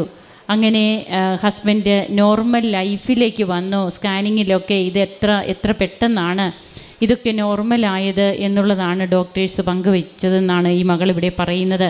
അപ്പോൾ ജീവിത യാഥാർത്ഥ്യങ്ങളിലൂടെ കടന്നു പോകുമ്പോൾ താൻ സൃഷ്ടിച്ചതിനെ ഒരിക്കലും ദ്വേഷിക്കില്ലാത്ത ദൈവം എങ്ങനെയാണ് നമ്മുടെ ജീവിതത്തിൽ നാം കർത്താവിലേക്ക് കൂടുതൽ അടുക്കുവാൻ വേണ്ടിയിട്ട് തരുന്ന രോഗാവസ്ഥകളോ അല്ലെങ്കിൽ ജോലിയില്ലായ്മയോ അങ്ങനെ എന്തെങ്കിലുമൊക്കെ ആകുമ്പോൾ അതിൽ നിരാശപ്പെട്ട് ഒന്നുകൂടി ദൈവത്തോട് പരിഭവിച്ച് അകന്നു നിൽക്കുന്ന സ്വഭാവക്കാരാവുകയല്ല. ഇതിലൂടെയൊക്കെ ദൈവമഹത്വം വെളിപ്പെടാൻ വേണ്ടിയിട്ടാണ്. ലാസറിൻ്റെ മരണത്തിൽ കർത്താവ് പറയുന്നുണ്ട്, ഇത് ദൈവത്തിൻ്റെ മഹത്വം കൂടുതൽ പ്രകടമാകാൻ വേണ്ടിയാണ് ഇപ്പോൾ ലാസർ മരിച്ചതെന്ന് കർത്താവ് തന്നെ പറയുന്നുണ്ട്. അങ്ങനെ ജീവിത ദുരിതങ്ങൾ, രോഗാവസ്ഥകൾ അല്ലെങ്കിൽ തകർച്ചകളൊക്കെ ഉണ്ടാകുമ്പോൾ അതെല്ലാം ദൈവത്തെ കൂടുതൽ ആശ്രയിക്കുന്നതിന് വേണ്ടിയിട്ടാണെന്നുള്ളതാണ് ഉടമ്പടിയിലൂടെ നമുക്ക് കൂടുതൽ മനസ്സിലാകുന്നത്. തൻ്റെ ഹസ്ബൻഡിന് എല്ലാം നോർമലായിട്ട് പിന്നീട് വീണ്ടും മറ്റൊരു അസ്വസ്ഥതകൾ കൂടി ആ മകനുണ്ടാവുകയും എന്നാൽ അതെല്ലാം സ്കാൻ ചെയ്യുമ്പോൾ പിന്നീട് നോർമൽ കണ്ടീഷനിലേക്ക് വരുന്നു. എല്ലാറ്റിനും ഉടമ്പടി നേർച്ച വസ്തുക്കൾ മാത്രം തങ്ങൾക്ക് ഇന്ന് സമാധാനമായിട്ട് സന്തോഷമായിട്ട് ജീവിക്കാൻ കഴിയുന്നു. ഉടമ്പടി ഉള്ളതുകൊണ്ട് തന്നെ തങ്ങളുടെ ജീവിതത്തിൽ കൂടുതൽ സമാധാനമുണ്ട്, സന്തോഷമുണ്ട്. അതുപോലെ കർത്താവിനെ പ്രഘോഷിക്കുന്നവരായിട്ട് തങ്ങളായിരിക്കുന്ന ഇടങ്ങളിൽ എങ്ങനെയാണ് ഇന്ന് ഉടമ്പടിയുടെ മക്കൾ വ്യാപരിക്കുക.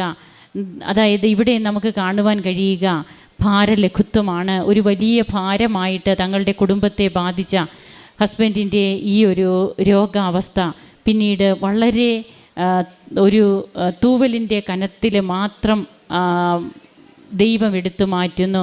ദൈവത്തിന് മാത്രം നമ്മുടെ ജീവിതത്തിൽ പ്രവർത്തിക്കാൻ കഴിയുന്ന ഇടങ്ങളാണ്. അങ്ങനെ ദൈവത്തെ മഹത്വപ്പെടുത്തിക്കൊണ്ട് ഈ കുടുംബം കർത്താവിന് നന്ദി അർപ്പിക്കുമ്പോൾ ഉടമ്പടി എന്ന് പറയുന്നത് അത് ഉടമ്പടി എടുക്കുന്നത് കൊണ്ട് മാത്രം ഉടമ്പടി ആകുന്നില്ല. ഉടമ്പടി ജീവിക്കുമ്പോഴാണ് കർത്താവുമായിട്ടുള്ള ഒരു ബന്ധത്തിലേക്ക് നാം വരിക. ഈ ഒരു വ്യക്തിബന്ധത്തിൻ്റെ ദൃഢത ഉണ്ടെങ്കിൽ മാത്രമേ നമുക്ക് ചോദിക്കാനും കൂടി അവകാശമുള്ളൂ. അപ്പോൾ നാം ചോദിക്കുമ്പോഴാണ് അത് ഏറ്റവും ഉചിതമായ സമയത്ത് നമ്മുടെ ജീവിതത്തിൽ ദൈവിക ഇടപെടലുകളായിട്ട്, കൃപയുടെ വർഷമായിട്ട് തമ്പുരാൻ നമ്മുടെ ജീവിതത്തിലും ഇടപെടുക. അമ്മ നമുക്ക് വേണ്ടി മധ്യസ്ഥം വഹിക്കുന്ന എല്ലാ അനുഭവങ്ങൾക്കും നമുക്ക് നന്ദിയുള്ളവരാകാം. കരങ്ങളടിച്ച് നമുക്ക് ദൈവത്തെ മഹത്വപ്പെടുത്താം. യേശുവേ നന്ദി, യേശുവേ സ്തുതി, യേശുവേ ആരാധന. ഇത് ഹസ്ബൻഡ് ജോസഫ്, ഇത് ഞങ്ങളുടെ മകൻ ആബേൽ. എൻ്റെ വീട് രാമപുരം. ഞങ്ങൾ ഇവിടെ വന്ന് ഉടമ്പടി എടുക്കുന്നത് 18/8/2022 ഞങ്ങളിവിടെ വരാനുണ്ടായ സാഹചര്യം എന്ന് പറഞ്ഞു കഴിഞ്ഞാൽ, ഞങ്ങൾ മാനസികമായി വളരെ ബുദ്ധിമുട്ടുന്ന അവസരമായിരുന്നു അത്. സമ്പത്ത് ഞങ്ങളുടെ കയ്യിൽ നിന്ന് നഷ്ടപ്പെടുകയും പലവിധ പ്രതിസന്ധികളിൽ കൂടി ഞങ്ങൾ കടന്നു പോകുന്നൊരു സാഹചര്യമായിരുന്നത്. എൻ്റെ ഹസ്ബൻഡ് 6 വർഷത്തോളം ഇസ്രായേലിൽ വർക്ക് ചെയ്യുമായിരുന്നു. ഒരു പ്രത്യേക സാഹചര്യത്തിൽ ജോലിയിൽ നിന്ന് റിസൈൻ ചെയ്ത് പോരേണ്ടി വന്നു. ആ സമയത്ത് കൊറോണ നടക്കുന്ന ഒരു കാലഘട്ടമായിരുന്നു. ആ സമയത്ത് തന്നെ ഞാനൊരു നേഴ്സായിരുന്നു. എനിക്കും ജോലിയില്ലാതെ ഞങ്ങൾ നാട്ടിലായിരിക്കുന്ന സമയത്ത് ഞങ്ങൾക്കൊരു കുഞ്ഞ് ജനിക്കുന്നു. ആകെ പ്രതിസന്ധിയിലായിരുന്നു ഞങ്ങൾ കടന്നു പോകുന്നത്. വിദ്യാഭ്യാസ യോഗ്യത കൊണ്ട് ഒരു ജോലി പോലും ഞങ്ങൾക്ക് ലഭിക്കുന്നുണ്ടായിരുന്നില്ല. ഹസ്ബൻഡ് ഞങ്ങൾ വാടകയ്ക്കായിരുന്നു താമസിക്കുന്നത്. ആ സമയത്ത് ഹസ്ബൻഡിന് ഒരു നിവൃത്തിയില്ലാതെ വന്നപ്പോൾ ഞങ്ങളുടെ അടുത്ത് തന്നെയുള്ളൊരു പെട്രോൾ പമ്പിൽ എൻ്റെ ഹസ്ബൻഡ് പെട്രോൾ അടിച്ചു കൊടുക്കാൻ പോകാൻ തയ്യാറായി നിന്നു. അപ്പം വിദ്യാഭ്യാസം കൂടുതലാണെന്ന് പറഞ്ഞാൽ അവരൊരു കാരണവശാലും എടുക്കില്ലായിരുന്നു. അപ്പം ഞങ്ങളൊരു നിവൃത്തിയില്ല എന്ന് പറഞ്ഞതിൻ്റെ പേരിൽ അവർ ഞങ്ങൾക്ക് ആ ജോലി തന്നു. അങ്ങനെ ഞങ്ങൾ വളരെ സങ്കടപ്പെട്ട് പൊയ്ക്കൊണ്ടിരിക്കുന്ന സമയത്ത് ഞങ്ങളുടെ വീടിനടുത്തുള്ളൊരു ചേച്ചി ഞങ്ങളോട് പറഞ്ഞു, ഇവിടെ വന്ന് ഉടമ്പടി എടുക്ക്, നിങ്ങളുടെ എല്ലാ പ്രതിസന്ധികളും മാറും എന്ന് പറഞ്ഞു. അങ്ങനെ ഞാനിവിടെ വന്ന് ഉടമ്പടി എടുത്തു. ഉടമ്പടി എടുക്കുമ്പോൾ എനിക്ക് അതിനെക്കുറിച്ച് കൂടുതലായിട്ടൊന്നും അറിയില്ല. എൻ്റെ ആവശ്യം എനിക്കൊരു ജോലി വേണം, എനിക്ക് വിദേശത്ത് പോകണമെന്ന് മാത്രമായിരുന്നു.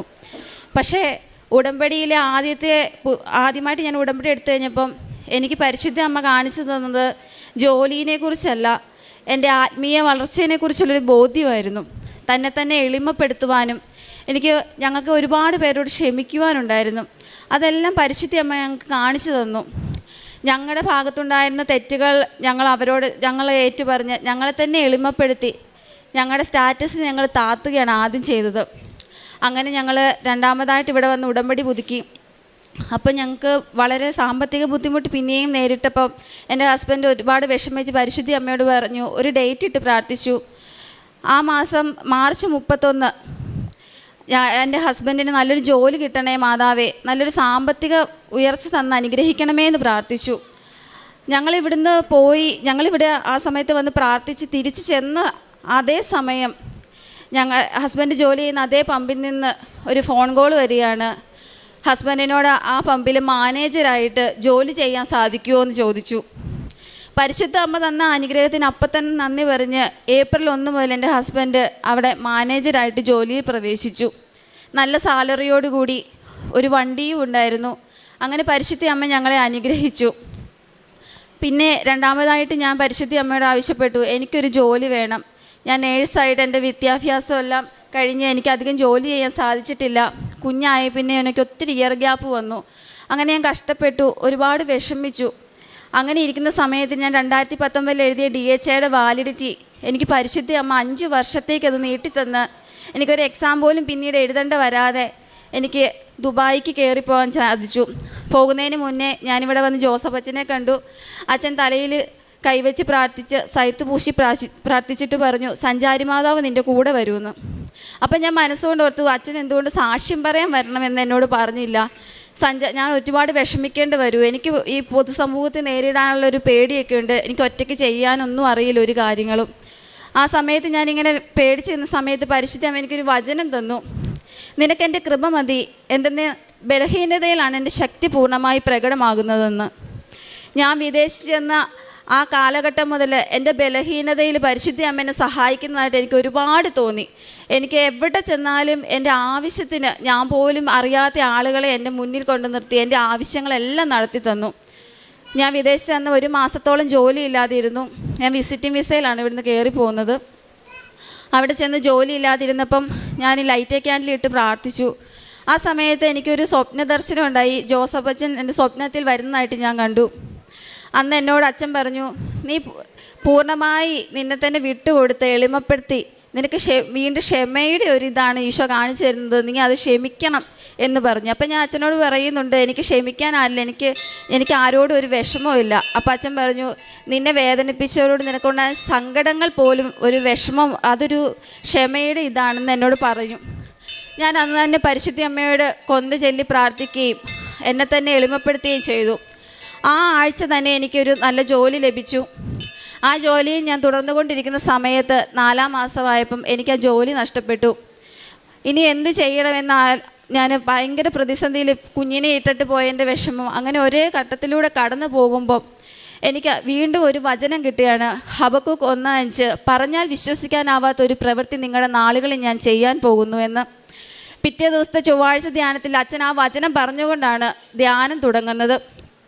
അതേസമയം എൻ്റെ ഹസ്ബൻഡ് വന്ന് അച്ഛനെ കണ്ട് വീണ്ടും പ്രാർത്ഥന ആവശ്യപ്പെട്ടു. അച്ഛൻ പറഞ്ഞു, നിങ്ങളിവിടെ വന്ന് സാക്ഷ്യം പറയണമെന്ന് പറഞ്ഞു. ആ പറഞ്ഞ ആ മാസം തന്നെ എനിക്ക് പരിശുദ്ധ അമ്മ നല്ലൊരു ജോലി, എനിക്ക് പള്ളിയിൽ പോകാൻ സൗകര്യത്തോടു കൂടി, എല്ലാ സൗകര്യത്തോടും കൂടി നല്ലൊരു ജോലി തന്ന് പരിശുദ്ധ അമ്മ എന്നെ അനുഗ്രഹിച്ചു. ഞാൻ ഇന്നലെ അവിടെ നിന്ന് 6 മാസമായപ്പം ഞാൻ ലീവ് എടുത്ത് വന്നിരിക്കുകയാണ് പരിശുദ്ധ അമ്മയ്ക്ക് നന്ദി പറയാൻ വേണ്ടിയിട്ട്. അടുത്ത ആഴ്ച ഞാനും എൻ്റെ കുഞ്ഞും ഹസ്ബൻഡും കൂടി തിരിച്ചു പോകും. ഇത്രയും അനുഗ്രഹം തന്നെ എൻ്റെ അമ്മയ്ക്ക് ആദ്യം തന്നെ കോടാനുകോടി നന്ദി പറയുന്നു. ഇതിലും വലിയ ഒരു അനുഗ്രഹമായിട്ട് പരിശുദ്ധ അമ്മ, എനിക്ക് 12 വർഷമായിട്ട് ആസ്മറ്റിക് അലർജി ഉണ്ടായിരുന്നു. ഞാൻ തന്നെ ട്രീറ്റ്മെൻറ്റ് എടുക്കുകയായിരുന്നു കുറേ കഴിപ്പം. കാരണം ഡോക്ടറെ കാണുമ്പോൾ സെയിം ട്രീറ്റ്മെൻറ്റ് പറയുന്നതുകൊണ്ട് ഇവിടുത്തെ വിശുദ്ധ വസ്തുക്കൾ ഉപയോഗിച്ച് എന്നിൽ നിന്ന് പൂർണ്ണമായിട്ടും ആ അസുഖത്തെ അമ്മ മാതാവ് എടുത്തു മാറ്റി. അതിലുപരി എൻ്റെ കുഞ്ഞിന് ഫോസ്കിന് പുറകോട്ട് വരാതെ ഭയങ്കര ടൈറ്റായിട്ടിരിക്കുമായിരുന്നു. ഡോക്ടറെ കാണിച്ചപ്പോൾ ഡോക്ടർ പറഞ്ഞു, മെഡിസിൻ തൂത്തിട്ട് കുറഞ്ഞില്ലെങ്കിൽ സർക്കംസെഷൻ ചെയ്യണം എന്ന് പറഞ്ഞു. ഞാൻ പരിശുദ്ധ അമ്മയുടെ തൈലം തൂത്ത് പ്രാർത്ഥിച്ചു. അച്ഛൻ സൈത്ത് തന്നു പ്രാർത്ഥിച്ചായിരുന്നു. അത് കഴിഞ്ഞപ്പം അത് അവനിൽ നിന്ന് പൂർണ്ണമായിട്ടും പരിശുദ്ധ അമ്മ അത് റെഡിയാക്കി കൊടുത്തു. പിന്നെ എൻ്റെ അനിയത്തിയുടെ വിവാഹത്തിന് വേണ്ടി ഞാൻ പ്രാർത്ഥിച്ചിരുന്നു. അതൊരു തടസ്സവും കൂടാതെ സാമ്പത്തികമെല്ലാം തന്ന് പരിശുദ്ധ അമ്മ അതും റെഡിയാക്കി തന്നു. പിന്നെ ഞാൻ അനേകം മക്കൾക്ക് വേണ്ടി, ജോലിയില്ലാത്തവർക്കൊക്കെ വേണ്ടി പ്രാർത്ഥിച്ച്, ഞാൻ പ്രാർത്ഥിക്കുമ്പോൾ ഒന്നെങ്കിൽ അവർക്ക് വേണ്ടി പ്രത്യേകം കൊന്ത ചൊല്ലി പ്രാർത്ഥിക്കും, അല്ലെങ്കിൽ ഞാൻ ഉപവാസം എടുത്ത് എൻ്റെ എന്തെങ്കിലും ആഗ്രഹങ്ങൾ അല്ലെങ്കിൽ ഞാൻ മാറ്റി വെക്കേണ്ട കാര്യങ്ങൾ മാറ്റി വെച്ച് ഞാൻ മറ്റുള്ളവർക്ക് വേണ്ടി പ്രാർത്ഥിച്ച് അത് ഞാൻ പറയുന്ന ആ സമയത്തിനുള്ളിൽ തന്നെ എനിക്ക് അങ്ങനെ പരിശുദ്ധ അമ്മ നേടിത്തന്നിട്ടുണ്ട്. അങ്ങനെ ഒരുപാട് അനുഗ്രഹങ്ങൾ പരിശുദ്ധ അമ്മ എനിക്ക് തന്നു. പിന്നെ പ്രേക്ഷിത പ്രവർത്തനമായിട്ട് ഞങ്ങൾ ഫുഡ് ഉണ്ടാക്കി, ഞാൻ നാട്ടിലുള്ളപ്പോഴായിരുന്നെങ്കിൽ ഞങ്ങൾ തന്നെ ഫുഡ് ഉണ്ടാക്കി കൊണ്ട് കൊടുക്കുമായിരുന്നു. അല്ലെങ്കിൽ ഹസ്ബൻഡ് ഓർഡർ ചെയ്ത് അങ്ങനെ കൊടുക്കുമോ.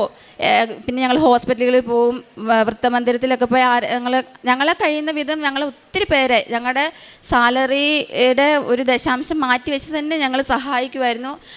അങ്ങനെ ചെയ്യുന്നതിന് ഫലമായിട്ട് പരിശുദ്ധ അമ്മ ഞങ്ങളുടെ സമ്പത്ത് അനുഗ്രഹിക്കുകയാണ് ചെയ്തത്. ഒട്ടും കുറഞ്ഞു പോയിട്ടില്ല. അതിന് പരിശുദ്ധ അമ്മയ്ക്ക് ഒരുപാട് നന്ദി പറയുന്നു. പിന്നെ ആത്മീയമായി ഞങ്ങൾ ഒരുപാട് വളർന്നു. വചനം, എനിക്ക് വചനത്തോട് നേരത്തെ ഒന്നും 1-2 വചനം അറിയാം എങ്കിലും അതിൻ്റെ കൊട്ടേഷനോ അങ്ങനെ ഒന്നും അറിയില്ലായിരുന്നു. ഇപ്പം എനിക്ക് ഒരുപാട് വചനങ്ങൾ അറിയാം. ഞാൻ വചനം പറഞ്ഞ് എപ്പോഴും ജോലി സ്ഥലത്ത് പോലും പ്രാർത്ഥിക്കും. അങ്ങനെ ജോലി സ്ഥലത്ത് ഞാൻ വചനം പറഞ്ഞ് പ്രാർത്ഥിക്കുമ്പോൾ എൻ്റെ ഓരോ പ്രവൃത്തികളും നല്ലതാണെന്ന് അവർ പറയുമ്പോൾ ഞാൻ ആ നിമിഷം ഈശോയെ, ഇതെൻ്റെ കഴിവ് കൊണ്ടല്ല, ഈശോ തന്ന അനുഗ്രഹമാണ്, പരിശുദ്ധ അമ്മ എൻ്റെ കൂടെ ഉള്ളത് കൊണ്ടാണ് എന്ന് പറഞ്ഞ് ഞാൻ ആ ഓൺ ദ സ്പോട്ടിൽ പരിശുദ്ധ അമ്മയ്ക്ക് നന്ദി പറയും. പിന്നെ എന്ന് പറഞ്ഞു കഴിഞ്ഞാൽ എനിക്ക് ഒരുപാട് നേരം പ്രാർത്ഥിക്കാതെ ഇരിക്കുമ്പോൾ അല്ലെങ്കിൽ ഞാൻ കൂട്ടുകാരുടെയൊക്കെ കൂടി ഇങ്ങനെ നടക്കുന്ന സമയത്ത് എനിക്കെന്തോ മിസ് ചെയ്യുന്ന പോലെ തോന്നും. പരിശുദ്ധ അമ്മേനെ ഈശോനെയൊക്കെ മിസ് ചെയ്യുന്ന പോലെ തോന്നും. ഞാൻ അപ്പം പ്രാർത്ഥിച്ച് കഴിയുമ്പോൾ എനിക്കതങ്ങ് മാറും. അങ്ങനെ എനിക്കൊരു അവരോടൊരു അറ്റാച്ച്മെൻറ്റ് കൂടുതലായിട്ട് വന്നു. അങ്ങനെ ഒരുപാട് ആത്മീയമായി ഞങ്ങളെ ആത്മീയ തലത്തിൽ ബൈബിള് വായിക്കാൻ, കൊന്ത ചെല്ലാൻ, വിശുദ്ധ കുർബാനയുടെ പ്രാധാന്യം, കുംഭസാരം, അങ്ങനെ ഒരുപാട് കാര്യങ്ങൾ പരിശുദ്ധ അമ്മ ഞങ്ങളെ പഠിപ്പിച്ചു തന്നു. എനിക്കിപ്പോൾ ഒരു പ്രതിസന്ധി വരുമ്പോൾ എനിക്ക് സത്യത്തിൽ ഭയമില്ല. കാരണം എനിക്കറിയാതെ അമ്മയുടെ ഇടപെടലിൽ കൊണ്ട് എനിക്കത് നേടിത്തരും. കാരണം പരിശുദ്ധ അമ്മ നമ്മളെ കൈവിടത്തില്ലെന്ന് എനിക്ക് ഉറപ്പാണ്. ഇത്രയും അനുഗ്രഹങ്ങൾ തന്ന് ഞങ്ങളുടെ ജീവിതത്തെ അനുഗ്രഹിച്ച ഈശോയ്ക്കും അമ്മയ്ക്കും കോടാനുകോടി നന്ദി പറയുന്നു. 2 ദിനവൃത്താന്തം 7:14 തിരുവചനം.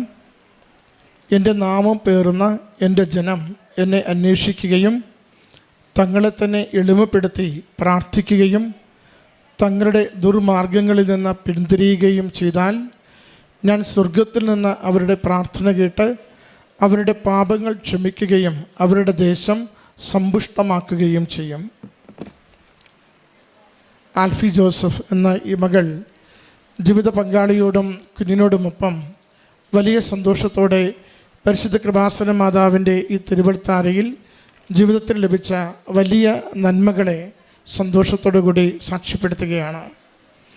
സഹോദരി പറഞ്ഞു തുടങ്ങുമ്പോൾ സൂചിപ്പിച്ചത് വിദേശത്ത് ഇസ്രയേലിൽ ഏതാണ്ട് 6 വർഷത്തോളം ജോലി ചെയ്ത് അത്യാവശ്യം സാമ്പത്തിക ഭദ്രതയോടുകൂടി തിരികെ എത്തിയ സഹോദരൻ ജീവിത പങ്കാളി ഇവിടെ വന്ന എല്ലാ കാര്യവും ക്രമീകരിച്ച് ഒരുക്കിയെങ്കിൽ കൂടിയും പെട്ടെന്ന് അതെല്ലാം നഷ്ടപ്പെടുന്ന അവസ്ഥയിലേക്ക് കുടുംബം വല്ലാതെ മാനസികമായി ബുദ്ധിമുട്ടുള്ള അവസ്ഥയിലേക്ക് മാറേണ്ട സാഹചര്യമുണ്ടായി.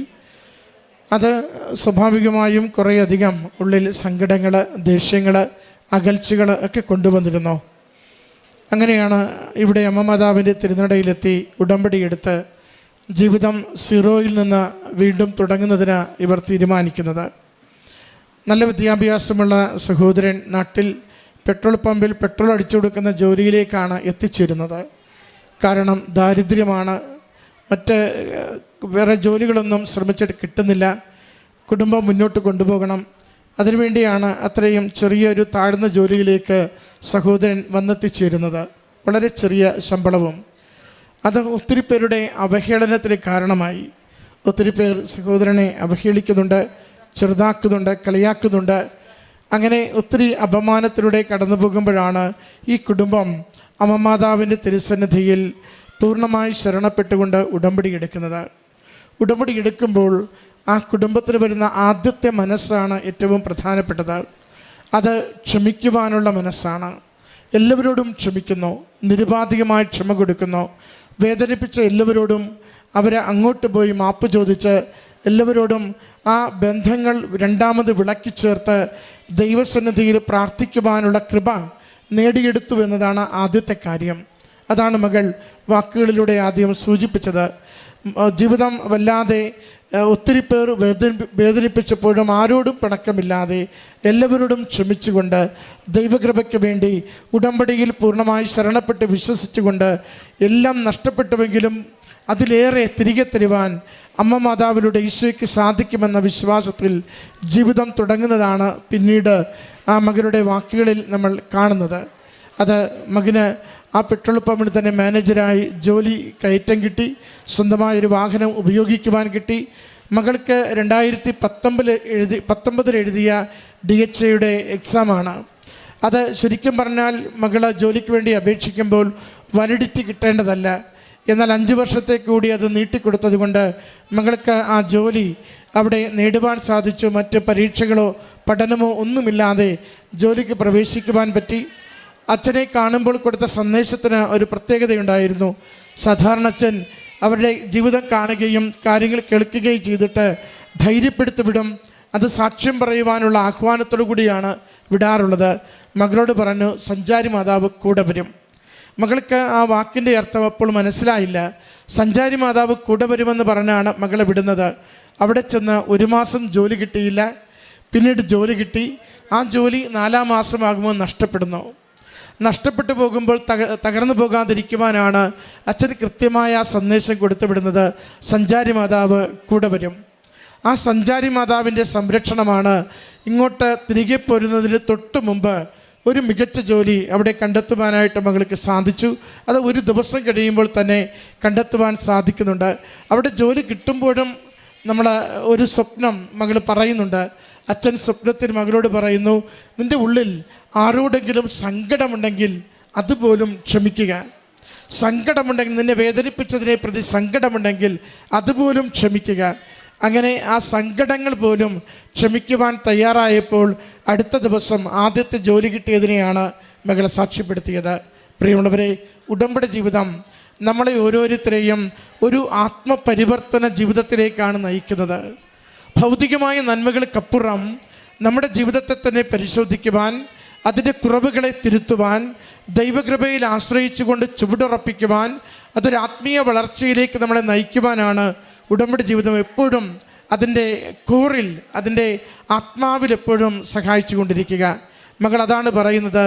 വചനം വായിക്കുക മാത്രമല്ല, വചനം പറഞ്ഞ് പ്രാർത്ഥിക്കുവാൻ, വചനം പറഞ്ഞ് ആശ്വാസം പകരുവാൻ ഇന്ന് മകൾക്ക് സാധിക്കുന്നുണ്ട്. കുടുംബം സാമ്പത്തികമായി ഭദ്രതയിലേക്ക് വളരുവാൻ അമ്മ മാതാവ് ഈ നാളുകളിൽ സഹായിച്ചു. ഭൗതിക നേട്ടങ്ങൾക്കൊപ്പം ആത്മീയ വളർച്ച കൊടുത്തുകൊണ്ട് ഉടമ്പടി ജീവിതം എങ്ങനെ കുടുംബത്തെ കൂടുതൽ ശക്തിപ്പെടുത്തി സഹായിച്ചു, ഒരുമിച്ച് നടക്കുവാൻ എങ്ങനെ രണ്ടുപേരെയും അനുഗ്രഹിച്ചുവെന്ന് വാക്കുകളിലൂടെ സാക്ഷ്യപ്പെടുത്തുകയാണ്. നമ്മൾ ഉടമ്പടിയിലായിരിക്കുന്നവർ നമ്മുടെ ജീവിതത്തെ അല്പം കൂടി ഒന്ന് പരിശോധിക്കണം. ഏതെങ്കിലുമൊക്കെ പ്രാർത്ഥനാ നിയോഗങ്ങൾ സഫലമാകുന്നില്ലെങ്കിൽ ഈശോയ്ക്ക് ഇഷ്ടമില്ലാത്തത് എന്തെങ്കിലും ജീവിതത്തിൽ ഇപ്പോഴും നിലനിൽക്കുന്നുണ്ടോ എന്ന് പരിശോധിക്കണം. അത് ക്ഷമിക്കുവാനുള്ളത് ക്ഷമിക്കണം, തിരുത്തുവാനുള്ള കാര്യങ്ങൾ തിരുത്തണം, എളിമപ്പെടുവാൻ തയ്യാറാവണം. ദൈവനാമം മഹത്വപ്പെടും വിധം ജീവിതത്തിൻ്റെ ഉത്തരവാദിത്തങ്ങളെ നിർവഹിച്ച് മുന്നോട്ട് പോകുമ്പോൾ ദൈവികമായ ആശീർവാദം അമ്മ മാതാവ് വേഗത്തിൽ നമ്മുടെ ജീവിതത്തിലേക്ക് കൈമാറിക്കൊണ്ടിരിക്കും. ആ കൃപയ്ക്ക് വേണ്ടി നമുക്ക് പ്രാർത്ഥിക്കാം. ഈ കുടുംബത്തിന് ലഭിച്ച ഈ വലിയ നന്മകൾക്ക്, അനുഗ്രഹത്തിന് സീറോയിൽ നിന്നും ഹീറോയാകുവാൻ വേണ്ടി ഇവരെ എടുത്തുയർത്തിയ അമ്മ മാതാവിൻ്റെ വലിയ കൃപയ്ക്കും സംരക്ഷണത്തിനും നന്ദി പറഞ്ഞുകൊണ്ട് കരങ്ങളടിച്ച് ഈ സാക്ഷ്യം സമർപ്പിക്കും. ഈശ്മിശിയായാലും സ്തുതിയായിരിക്കട്ടെ. പരിശുദ്ധ അമ്മ വഴി, കൃപാസന മാതാവ് വഴി ഞങ്ങൾക്ക് ലഭിച്ച സാക്ഷ്യം വെളിപ്പെടുത്താനാണ് ഞങ്ങളിവിടെ വന്നേക്കുന്നത്. ഈശോയിൽ നിന്ന് കൃപാസന മാതാവ് വഴി ഞങ്ങൾക്ക് ഒരുപാട് ചെറുതും വലുതുമായിട്ട് ഒരുപാട് അനുഗ്രഹങ്ങൾ ലഭിച്ചിട്ടുണ്ട്. എൻ്റെ പേര് അരുൺ, വൈഫ് ക്രിസ്റ്റി. ഞങ്ങൾക്ക് 2 പിള്ളേരാണുള്ളത്. ഞങ്ങൾ ഇവാച്ചെന്നും തോമാച്ചെന്നും വിളിക്കും. ശരിക്കും പേര് ഇവാൻ ജൂഡ് അരുൺ, ഏതൻ തോമസ് അരുൺ. ഞങ്ങൾ UK നിന്നാണ് വരുന്നത്. ഞങ്ങൾ 5 വർഷമായിട്ട് UK ഇത് ആദ്യമായിട്ടാണ് UK പോയിട്ട് നാട്ടിലേക്ക് വരുന്നത്.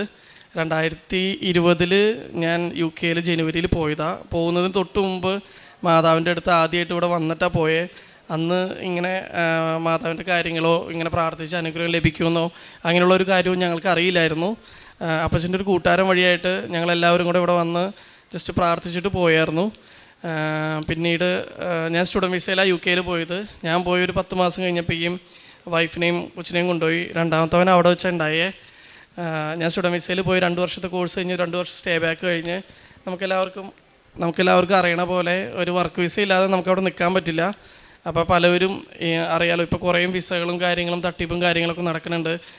നമ്മുടെ മലയാളികളാണെങ്കിലും അല്ലാത്തവരാണെങ്കിലും ഒരുപാട് പേര് വിസ തരാമെന്ന് പറഞ്ഞ് പൈസ ചോദിച്ച് പിന്നാലെ നടക്കുകയും ഒക്കെ ചെയ്യുന്നുണ്ടായിരുന്നു. അപ്പോൾ ഞങ്ങൾ പ്രാർത്ഥിച്ചുകൊണ്ടിരുന്നൊരു കാര്യമുള്ളൂ, സ്റ്റുഡൻറ്റ് വിസയുടെ കാര്യത്തിൽ ഇത്രയും പൈസ മുടക്കി പോയി. അപ്പോൾ ഒരു പൈസ ചിലവില്ലാതെ, പൈസ മുടക്കാതെ വർക്ക് വിസ കിട്ടാൻ വേണ്ടി ഞങ്ങൾ നന്നായിട്ട് പ്രാർത്ഥിച്ചായിരുന്നു. വളരെ യാദൃശികമായിട്ട് ഞാൻ വർക്ക് ചെയ്തുകൊണ്ടിരുന്ന സ്ഥലങ്ങളിലൊക്കെ വിസ തരാമെന്ന് അവർ പറയുന്നുണ്ടെങ്കിലും എന്ത് ചെയ്താൽ വിസ കിട്ടുന്നുണ്ടായില്ല. പിന്നെ കെയർ വിസ ഒരുപാട് ഓപ്പണായ സമയത്ത് പല കെയർ റൂമുകളും ഫ്രീ ആയിട്ട് വിസ കൊടുക്കണവരും അല്ലെങ്കിൽ പൈസ മേടിച്ച് വിസ കൊടുക്കണവരൊക്കെ ഉണ്ടായിരുന്നു. അവിടെയൊക്കെ ഞങ്ങൾ അപ്ലൈ ചെയ്തിട്ട് ഞങ്ങൾക്ക് കിട്ടണ പോലും ഉണ്ടായില്ല. അതെന്താണെന്ന് ഞങ്ങൾക്ക് അറിയില്ലായിരുന്നു. വൈഫ് നേഴ്സാണ്, ഞാൻ ബിസിനസ്സിൻ്റെ ഒരു കോഴ്സ് പഠിക്കാനാണ് പോയത്. എന്നിരുന്നാൽ പോലും അവിടെ ചെന്ന സമയം തുടങ്ങി കെയറായിട്ടാണ് വർക്ക് ചെയ്തുകൊണ്ടിരുന്നത്. NHS ഞാൻ ബാങ്ക് സ്റ്റാഫായിട്ട് അവിടെ വർക്ക് ചെയ്യുന്നുണ്ടായിരുന്നു. NHS എന്ന് പറഞ്ഞാൽ എല്ലാവർക്കും അറിയാം, ഇവിടുത്തെ നമ്മുടെ ഒരു ഗവൺമെൻറ് ജോലി പോലെ NHS കെയർ സ്റ്റാഫായിട്ട്, കെയർ അസിസ്റ്റൻ്റായിട്ട് ഞാൻ വർക്ക് ചെയ്യുന്നുണ്ടായിരുന്നു. അപ്പോൾ പെട്ടെന്നാണ് ഞാൻ വർക്ക് ചെയ്തുകൊണ്ട് ഇന്നോടത്തെ മാനേജർ എന്നോട് പറഞ്ഞേ, അവിടെ ഒരു ഇൻ്റർനാഷണൽ റിക്രൂട്ട്മെൻറ്റ് നടക്കുന്നുണ്ട്, അപ്പോൾ നീ അത് അപ്ലൈ ചെയ്യുന്നു പറഞ്ഞു. ഞാനത് അപ്ലൈ ചെയ്തു. അപ്ലൈ ചെയ്യണ സമയത്തൊന്നും മാതാവിനെ പറ്റി ഇത്ര കൂടുതലായിട്ട് അറിയുമൊന്നും പേഴ്സണലി ഞങ്ങൾക്ക് അറിയില്ലായിരുന്നു. പക്ഷേ അമ്മിച്ചി ഇവിടെ വന്ന് ഉടമ്പടി എടുത്തിട്ടൊക്കെ ഉള്ളതാണ്. 2 പ്രാവശ്യം അമ്മിച്ചി ഞങ്ങളുടെ അടുത്ത്, അമ്മിച്ചി അപ്പച്ചന് UK വിസിറ്റിംഗ് വിസയിൽ വന്നിട്ടുള്ളതാണ്. ആ വന്ന സമയത്ത് ഉടമ്പടി വസ്തുക്കൾ, തൈലവും ഉടമ്പടി കാശുരൂപവും ഉടമ്പടി തേനും ഉടമ്പടി ഉപ്പും എല്ലാം ഞങ്ങൾക്ക് തന്നിട്ടാണ് പോകുന്നത്. അപ്പോൾ ഞങ്ങൾ പ്രത്യേകിച്ച് പ്രാർത്ഥനകളും പ്രത്യക്ഷീകരണ പ്രാർത്ഥനയും അങ്ങനെയൊന്നും ചെല്ലാറൊന്നും ഉണ്ടായില്ല. പക്ഷേ ഞങ്ങൾ വീട്ടിൽ നിന്ന് ഇറങ്ങുന്നതിന് മുമ്പും യാത്ര പോകുന്നതിന് മുമ്പും അല്ലെങ്കിൽ എന്തെങ്കിലും അസുഖങ്ങൾ വരുമയോ അല്ലെങ്കിൽ എന്തെങ്കിലും ബുദ്ധിമുട്ട് വരുമയോ ഒക്കെ ഞങ്ങൾ പിള്ളേർക്കാണെങ്കിലും ഞങ്ങൾക്കാണെങ്കിലും കുരിശ് വരച്ച് പ്രാർത്ഥിച്ച് ഞങ്ങളത് ഉപയോഗിക്കാറുണ്ടായിരുന്നു. കഴിഞ്ഞ സെപ്റ്റംബറിലാണ് മുമ്പത്തെ സെപ്റ്റംബറിലാണ് എനിക്ക് NHS ഇൻ്റർവ്യൂ ഉണ്ടായത്. ആ ഇൻ്റർവ്യൂവിൽ ഒരു നേഴ്സ് അല്ലാത്ത ഒരാൾ അറ്റൻഡ് ചെയ്ത് എൻ്റെ അറിവിൽ ഞാൻ മാത്രമേ ഉണ്ടായുള്ളൂ. എന്നെ സെലക്ട് ചെയ്യാൻ കാരണം ഞാൻ അവിടുത്തെ ബാങ്ക് സ്റ്റാഫായിട്ട് വർക്ക് ചെയ്തുകൊണ്ടിരുന്നതുകൊണ്ടാണ്. അങ്ങനെ ഇൻ്റർവ്യൂവിൽ ഞാൻ പാസ്സായി. അവർ COS തരാമെന്ന് പറഞ്ഞു, വിസ തരാമെന്ന് പറഞ്ഞു. വിസയ്ക്ക് ആപ്ലിക്കേഷൻ്റെ പേപ്പറുകളെല്ലാം വെച്ച് പെട്ടെന്ന് തന്നെ COS ഇഷ്യൂ ചെയ്ത് കിട്ടി. ആ സമയത്ത് എൻ്റെ കൂടെ ഇൻ്റർവ്യൂവിൽ അറ്റൻഡ് ചെയ്തൊരു മലയാളി ചേച്ചി ഉണ്ടായിരുന്നു. ആ ചേച്ചിയും ഇൻ്റർവ്യൂവിൽ പാസ്സായിരുന്നു, നേഴ്സായിരുന്നു. ആ ചേച്ചിയാണ് ഞങ്ങളോട് ശരിക്കും പറഞ്ഞാൽ കൃപാസനത്തെ പറ്റി പറഞ്ഞതും കൃപാസനത്തിന് ഉടമ്പടി എടുക്കുന്ന കാര്യങ്ങളൊക്കെ പറഞ്ഞതും.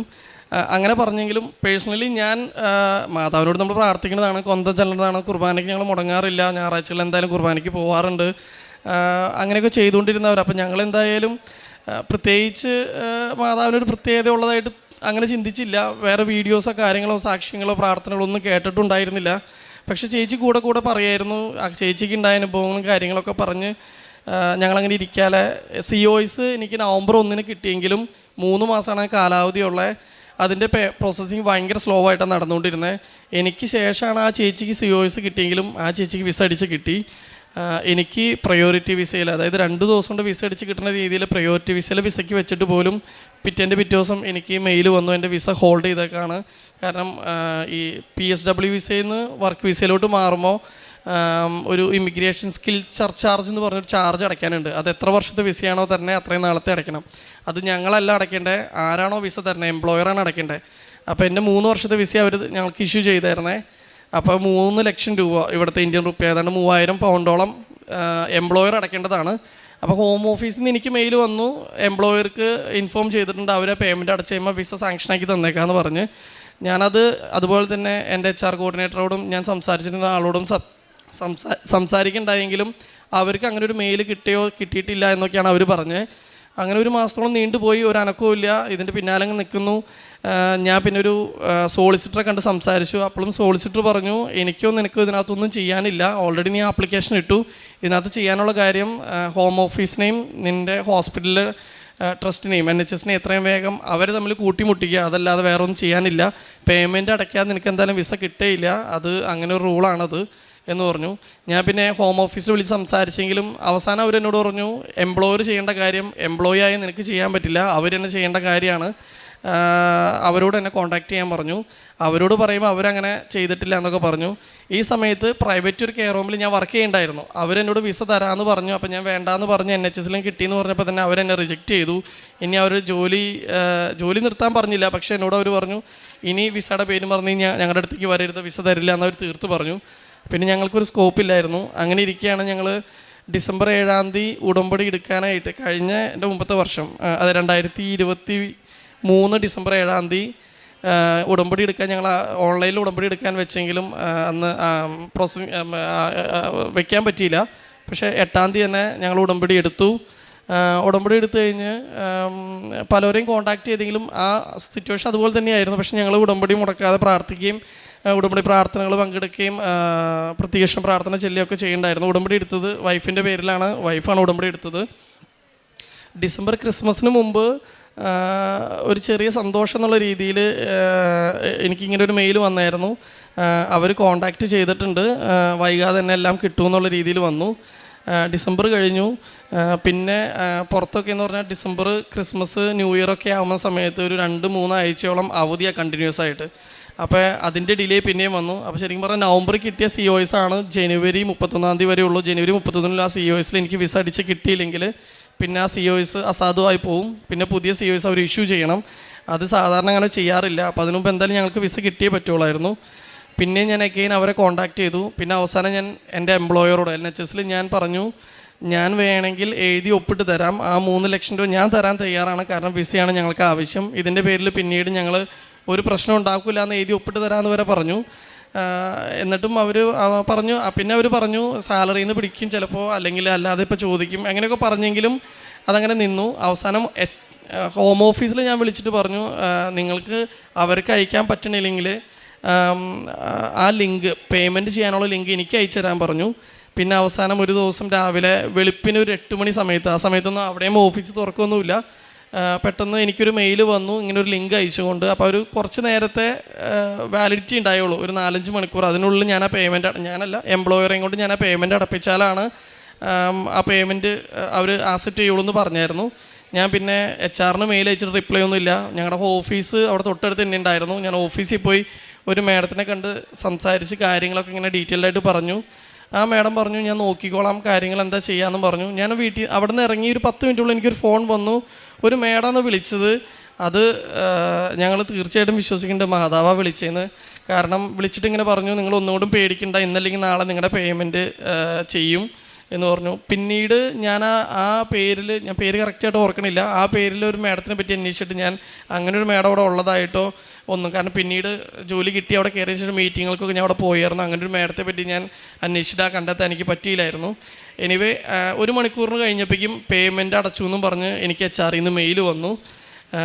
മാതാവിന് ഒത്തിരി നന്ദി, ഞങ്ങൾ അപ്പം തന്നെ പറഞ്ഞതാണ്. കാരണം എന്ന് വെച്ചാൽ ഇന്നേ വരെ ഇപ്പോൾ 1 വർഷത്തിന് മേളിലാണ് ഞാൻ ജോലിക്ക് കയറിയിട്ട് 3 ലക്ഷം രൂപ പോയിട്ട് 3 രൂപ പോലും എൻ്റെ സാലറിന്നോ എന്നിൽ നിന്ന് മേടിക്കുകയോ ഇതുവരും ചെയ്തിട്ടില്ല. എംപ്ലോയർ തന്നെയാണ് ആ പൈസ അടച്ചത്. ഈ സെയിം സിറ്റുവേഷൻ ഒരു ഫ്രണ്ടിനുണ്ടായിരുന്നു. ഒരു പ്രൈവറ്റ് കെയർ ഹോമിൽ അവൻ ജോലിക്ക് കയറിയത് 5 വർഷത്തെ വിസയായിരുന്നു. 5 ലക്ഷം രൂപ അവൻ്റെ നിന്ന് സെപ്പറേറ്റ് ആ എംപ്ലോയർ മേടിച്ചു എന്ന് അവൻ എന്നോട് പറഞ്ഞതാണ്. അതുകൊണ്ട് തന്നെ ഞാൻ അവരോട് തീർത്ത് പറഞ്ഞ് ഞാൻ പൈസ തരാൻ തയ്യാറാണ്, വിസ തന്നാൽ മതിയെന്ന്. പക്ഷേ ഇന്നേ വരെ ഇപ്പോൾ 1 വർഷത്തിന് മേളിലാണ് എനിക്ക് വിസ കിട്ടിയിട്ട് ഇതുവരെയായിട്ട് എൻ്റെ നിന്ന് പൈസ മേടിക്കുകയോ പൈസ എൻ്റെ നിന്ന് പിടിക്കുകയോ ഒന്നും ചെയ്തിട്ടില്ല. അതുപോലെ തന്നെ NHSൽ കെയർ വിസ കിട്ടിയേക്കണത് വേറെ ആരെങ്കിലും ഉണ്ടോ എന്ന് എൻ്റെ അറിവിൽ ആർക്കും അങ്ങനെ NHSൽ കെയർ വിസ കിട്ടിയിട്ടില്ല.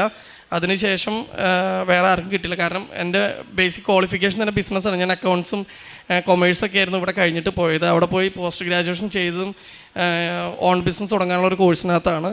അപ്പോൾ മെഡിക്കൽ ഫീൽഡായിട്ട് ഒരു സാമ്യം എനിക്കില്ല എൻ്റെ ബാക്ക്ഗ്രൗണ്ടിൽ. എൻ്റെ ഒരു 4-5 വർഷത്തെ എക്സ്പീരിയൻസ് കെയർ ഹോമിലാണ് വർക്ക് ചെയ്തത്, അല്ലെങ്കിൽ കെയർ അസിസ്റ്റൻ്റായിട്ട് വർക്ക് ചെയ്തു എന്നുള്ളൊരു കൺസേണിലാണ് എനിക്ക് ആ വിസ കിട്ടിയത്. അതാണ് മാതാവിൽ നിന്ന് ലഭിച്ച ആദ്യത്തെ ഞങ്ങളുടെ സാക്ഷ്യം. ഞങ്ങളുടെ ഉടമ്പടി എടുത്തപ്പോഴുള്ള ആദ്യത്തെ നിയോഗം ഇത് തന്നെയായിരുന്നു. പിന്നെ ചെറുതാണെങ്കിലും വലുതായിട്ടും ഒരുപാട് ലഭിച്ചിട്ടുണ്ട്. ഞങ്ങൾക്ക് അവിടെ ഒരു കാറുണ്ടായിരുന്നു, കാറുണ്ട് ഇപ്പോഴും. ആ കാറ് പഴയ സെക്കൻഡ് ഹാൻഡ് കാറ് മേടിച്ചതാണ്. എന്നും കംപ്ലൈൻറ്റും കാര്യങ്ങളൊക്കെ ഉണ്ടായിരുന്നെങ്കിൽ പോലും മാതാവിൻ്റെ കാശുരൂപം എപ്പോഴും ഞങ്ങൾ വണ്ടിയിൽ വെച്ചിട്ടുണ്ടായിരുന്നു.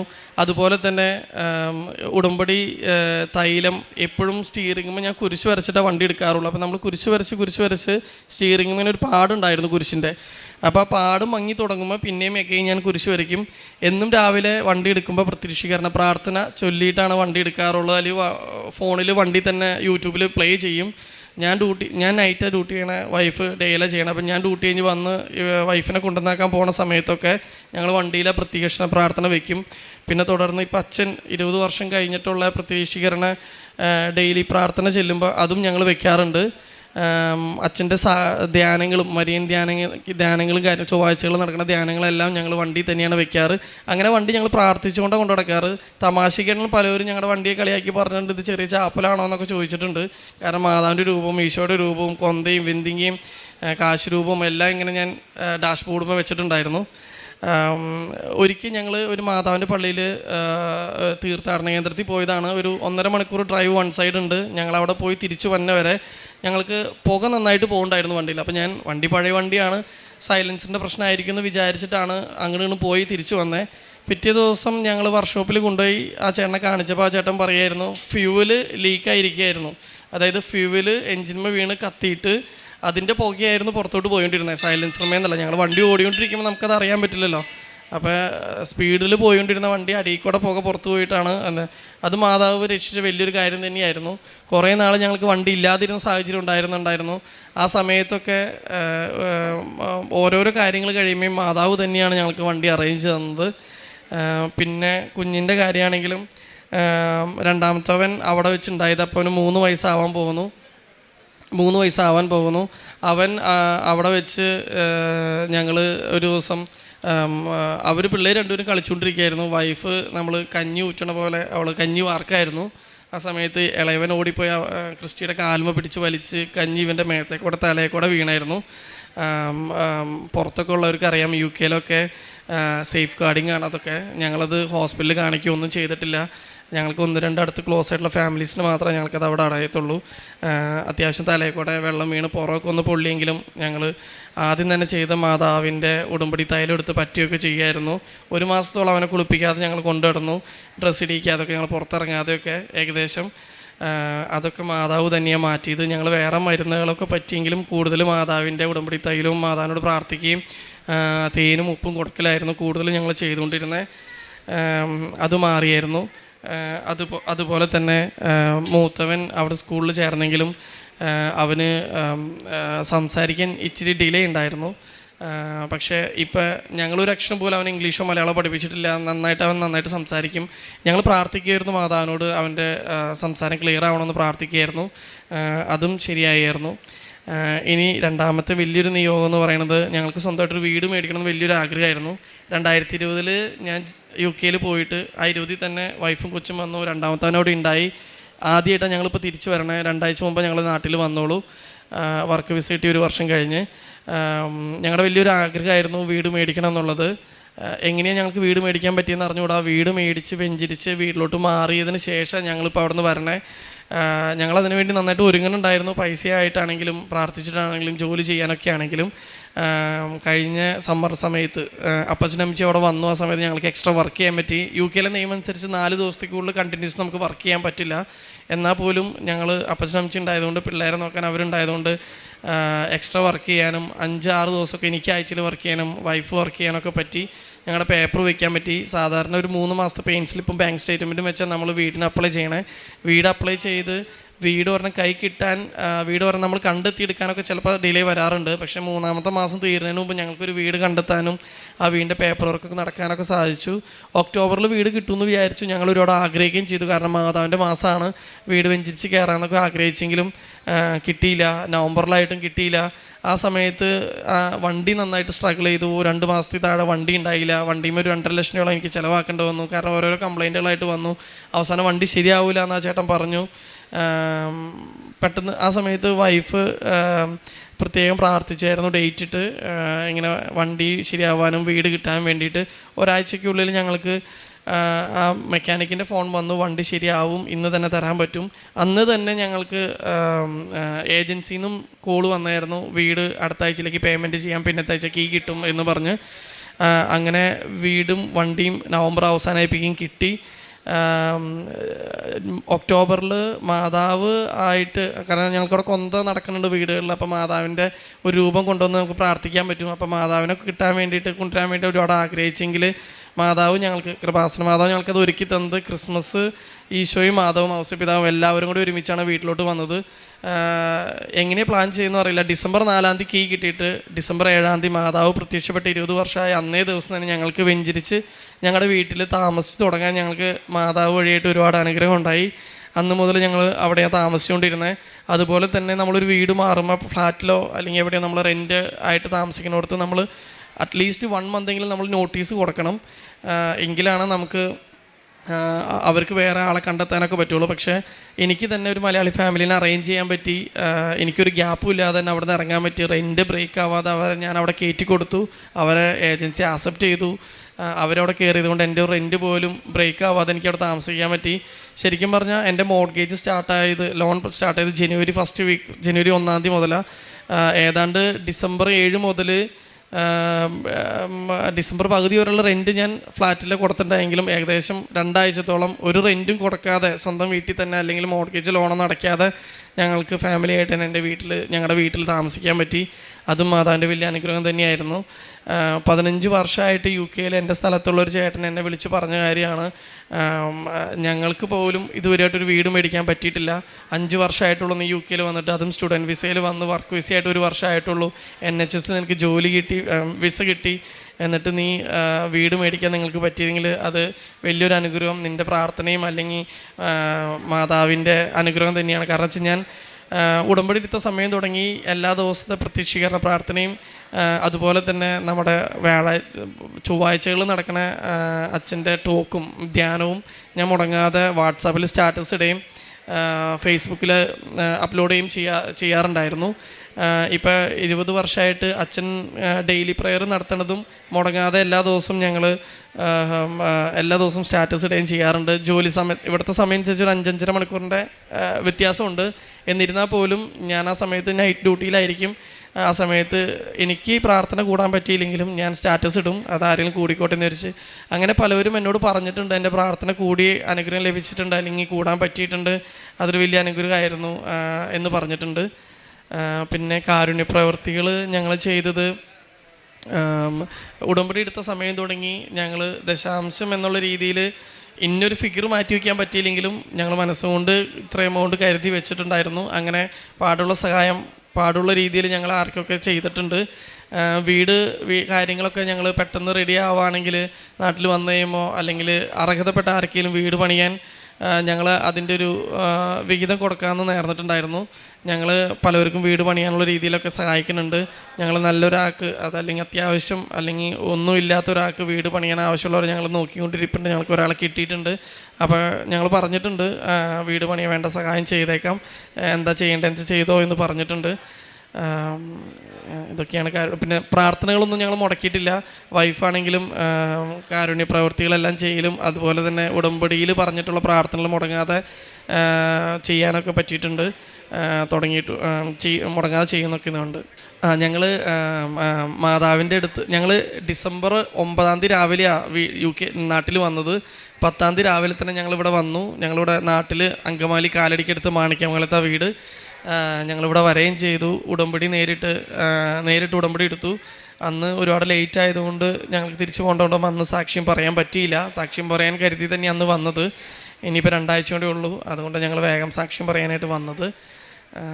ഇത്രയൊക്കെ ഉള്ളൂ. ഉൽപ്പത്തി പുസ്തകം 28 15 തിരുവചനം അരുളി ചെയ്യുന്നുണ്ട്, ഇതാ ഞാൻ നിന്നോട് കൂടെയുണ്ട്, നീ പോകുന്നിടത്തെല്ലാം ഞാൻ നിന്നെ കാത്തുരക്ഷിക്കും, നിന്നെ ഈ നാട്ടിലേക്ക് തിരികെ കൊണ്ടുവരും, നിന്നോട് പറഞ്ഞതൊക്കെ നിറവേറ്റുന്നത് വരെ ഞാൻ നിന്നെ കൈവിടുകയില്ല. ഈ വാഗ്ദാനം ഇന്ന് ഉടമ്പടിയിലൂടെ ദൈവം നിറവേറ്റിക്കൊണ്ടിരിക്കുന്നതിൻ്റെ നേർക്കാഴ്ചകളാണ്, അനുഭവങ്ങളാണ് നാം ഇവിടെ അനുഭവ സാക്ഷ്യത്തിലൂടെ നമുക്ക് മനസ്സിലാകുന്നതും നാം കേൾക്കുന്നതും. തങ്ങൾ UK നിന്ന് വരുന്ന മക്കളാണ്, എത്ര വർഷമായിട്ട് അവരവിടെയാണ്. ഓരോ കാര്യവും വ്യക്തമായിട്ട് തന്നെ ഈ മകൻ ഇവിടെ പങ്കുവച്ചു. വൈഫാണ് ഉടമ്പടി എടുത്തത്. 2 പേരും ഒരേപോലെ തന്നെ ഉടമ്പടി ജീവിക്കുന്നു. താൻ സ്റ്റുഡൻറ്റ് വിസയ്ക്ക് പോയ താൻ വർക്ക് വിസ ലഭിക്കാനും അതുപോലെ NHS തനിക്കൊരു ജോലി, ഇതൊക്കെ ലാസ്റ്റ് പറഞ്ഞപ്പോൾ 15 വർഷമായിട്ട് അവിടെ ജീവിക്കുന്നവരുണ്ട്. അവർക്കൊന്നും ഇന്ന് വരെയും ഈ ഒരു വീട് ലഭിക്കാനോ അല്ലെങ്കിൽ സ്ഥിരമായിട്ടുള്ളൊരു വരുമാനമോ ഇതൊക്കെ ലഭിക്കാതിരിക്കുന്ന സാഹചര്യത്തിൽ നിനക്കിതെങ്ങനെ കഴിഞ്ഞു? അപ്പോൾ ഉടമ്പടി, ഓൺലൈൻ ഉടമ്പടി എടുത്തതിന് ശേഷവും പിന്നീട് നേർച്ച വസ്തുക്കൾ ഉപയോഗിക്കുന്നുണ്ട്. അപ്പോൾ തങ്ങളുടെ മാതാപിതാക്കൾ ഉടമ്പടി എടുത്തവരാണ്. അവരവിടെ ചെന്ന് അതുമൂലമൊക്കെ നേർച്ച വസ്തുക്കൾ ഉപയോഗിക്കാനുള്ള അവസരം തങ്ങൾക്ക് ലഭിച്ചു. അങ്ങനെ എല്ലാറ്റിലും ദൈവകരം ദർശിക്കുകയാണ് ഈ കുടുംബം. അതുകൊണ്ട് തന്നെയാണ് ഇന്ന് ഇവിടെ വന്നതിനു ശേഷം പെട്ടെന്ന് തന്നെ പിറ്റേ ദിവസം ഇവിടേക്കാണ് വന്നത്. ഇവിടെ വന്ന് തങ്ങൾ തീർത്ഥാടക ഉടമ്പടി എടുത്ത് ഇന്ന് ദൈവത്തെ മഹത്വപ്പെടുത്തുകയാണ്. തൻ്റെ അനുഭവം പങ്കുവെച്ച് ദൈവത്തെ മഹത്വപ്പെടുത്തുന്നു. തനിക്ക് ഒരു പൈസ പോലും തൻ്റെ കയ്യിൽ നിന്ന് പോകേണ്ടി വന്നില്ല തനിക്ക് വിസ ലഭിക്കുവാനായിട്ട്.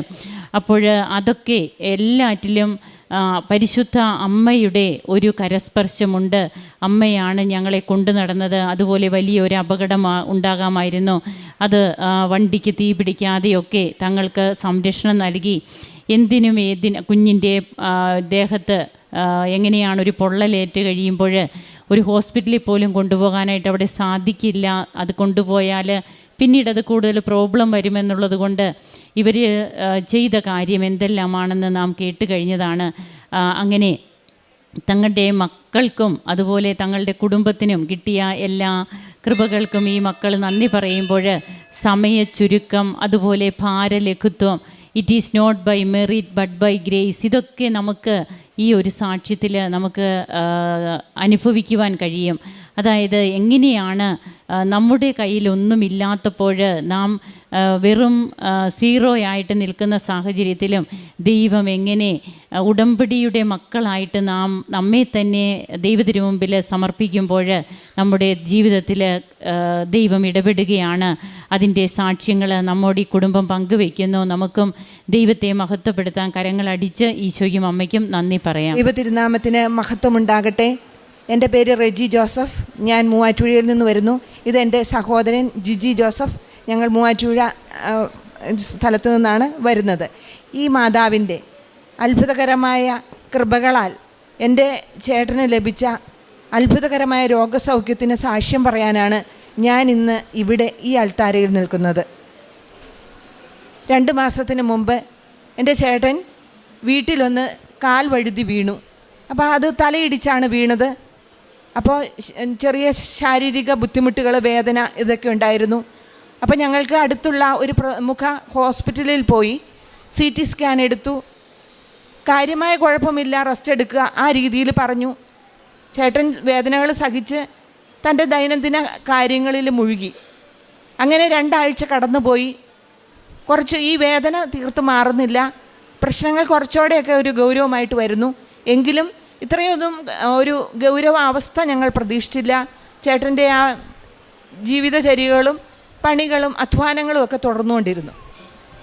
അപ്പോൾ അതിൻ്റെ ഇടയിലാണ് കുറച്ച് കഴിഞ്ഞപ്പോൾ ചേട്ടന് മെമ്മറി ഒരു കണക്ഷൻ ഇല്ലാതെ മെമ്മറിക്ക് ഒരു പ്രശ്നം വരുന്നു, ശാരീരികമായ ഒരു കോർഡിനേഷൻ ഒരു ബുദ്ധിമുട്ട് വരുന്നു. ഇതൊക്കെയാണെങ്കിലും അപ്പോൾ തന്നെ ഞങ്ങൾ രാജഗിരി ഹോസ്പിറ്റലിൽ പോകുന്നു. അവിടെ ചെന്നപ്പോഴും അതിന് കൂടുതൽ മെഡിസിൻസ് കൊടുത്തു, ശ്രദ്ധിക്കേണ്ട കുറച്ച് കാര്യങ്ങൾ പറഞ്ഞു എന്നല്ലാതെ അത്ര ഒരു ഗൗരവാവസ്ഥ ഞങ്ങൾക്കും ഡോക്ടേഴ്സിനും മനസ്സിലായില്ല. വീണ്ടും 1 ആഴ്ച കൂടെ കഴിഞ്ഞപ്പോൾ ആകെ പ്രശ്നം ഗൗരവമായി. പെട്ടെന്ന് തന്നെ ചേട്ടൻ്റെ മെമ്മറി തീരെ ഇല്ലാതാകുന്നു, കോർഡിനേഷൻ തീരെ ഇല്ലാതാകുന്നു. അപ്പോൾ അടിയന്തരമായി ഞങ്ങൾ രാജഗിരി ഹോസ്പിറ്റലിലേക്ക് കൊണ്ടുപോവുകയാണ്. ഈ അവസ്ഥയിൽ തീർത്തും ഒരു അബ്നോർമലായിട്ടുള്ള ഒരു രീതിയിലേക്ക് ചേട്ടൻ മടങ്ങുന്നു. അപ്പോൾ എമർജൻസി ആയിട്ട് ഞങ്ങൾ ഒട്ടും പ്രതീക്ഷിക്കാതെ ചേട്ടനെ ICUയിലോട്ട് പ്രവേശിപ്പിക്കുന്നു. ആ രാത്രിയിൽ തന്നെ സർജറി ചെയ്യണം എന്നുള്ള കാര്യം ഞങ്ങളോട് വെളിപ്പെടുത്തുകയും ചെയ്തു. എങ്കിൽ പോലും ഞങ്ങളുടെ എല്ലാം പ്രാർത്ഥന, പിറ്റേ ദിവസം രാവിലെ തന്നെ ചേട്ടന് കീഹോൾ സർജറി ചെയ്തു. ഈ കീഹോൾ സർജറി ചെയ്ത് ഈ ഇൻറ്റേർണൽ ബ്ലീഡിങ് ഉണ്ടായിരുന്നത് കറക്റ്റ് ചെയ്യാൻ പറ്റി. എങ്കിൽ പോലും ഡോക്ടേഴ്സ് പറയുന്നു ഒരു ലീക്കേജ് അവിടെ കാണുന്നുണ്ട്, CSF ഫ്ലൂയിഡിൻ്റെ ഒരു ലീക്കേജ് അവിടെ കാണുന്നുണ്ട്. അത് പൂർണ്ണമായി സൗഖ്യപ്പെടാതെ ആൾ നോർമൽ കണ്ടീഷനിലോട്ട് എത്തുക, അല്ലെങ്കിൽ ദൈനംദിന കാര്യങ്ങൾ, ദിനചര്യകൾ, സംസാര ഓർമ്മ ഇതിലോട്ടൊന്നും വരില്ല എന്നുള്ള ഒരു കാര്യമാണ് ഡോക്ടേഴ്സ് പറഞ്ഞത്. അപ്പോൾ ഞങ്ങളുടെ ആകെ ഒരു പ്രതീക്ഷകൾ ആകെ ഒരു തകിടം മറിയുകയാണ് ചെയ്തത്. സാമ്പത്തികമായിട്ടുള്ള ബുദ്ധിമുട്ടുകൾ, ചേട്ടൻ്റെ ആ രോഗാവസ്ഥ തിരിച്ച് ഏത് രീതിയിൽ നമുക്ക് കിട്ടും, ഈ ഒരു അവസ്ഥ വന്നപ്പോൾ ഞങ്ങൾ ആകെ വിഷമിക്കുകയാണ് ചെയ്തത്. അപ്പോൾ ഡോക്ടേഴ്സ് പറയണത് ഈ ലീക്ക് മാറുന്നില്ലെങ്കിൽ അതിന് 1-2 പ്രൊസീജിയർ വീണ്ടും ചെയ്യേണ്ടതായിട്ടുണ്ട്. ആ പ്രൊസീജിയർ എന്ന് പറഞ്ഞാൽ അതികഠിനമാണ്. ഈ രീതിയിൽ കീഹോൾ സർജറി ചെയ്ത ആളെ വീണ്ടും 2 പ്രാവശ്യമൊക്കെ MRI സ്കാനിങ് നടത്തുക, തീരെ അവശതയാകുന്ന ഒരവസ്ഥ, വല്ലാത്തൊരു ദുരിതം. അപ്പം ഡോക്ടേഴ്സ് തുറന്നു പറയുന്നു ഇത് ഓപ്പൺ സർജറി, ബ്രെയിനിൽ ഓപ്പൺ സർജറി തന്നെ ചെയ്യണമെന്നാണ് പറയുന്നത്.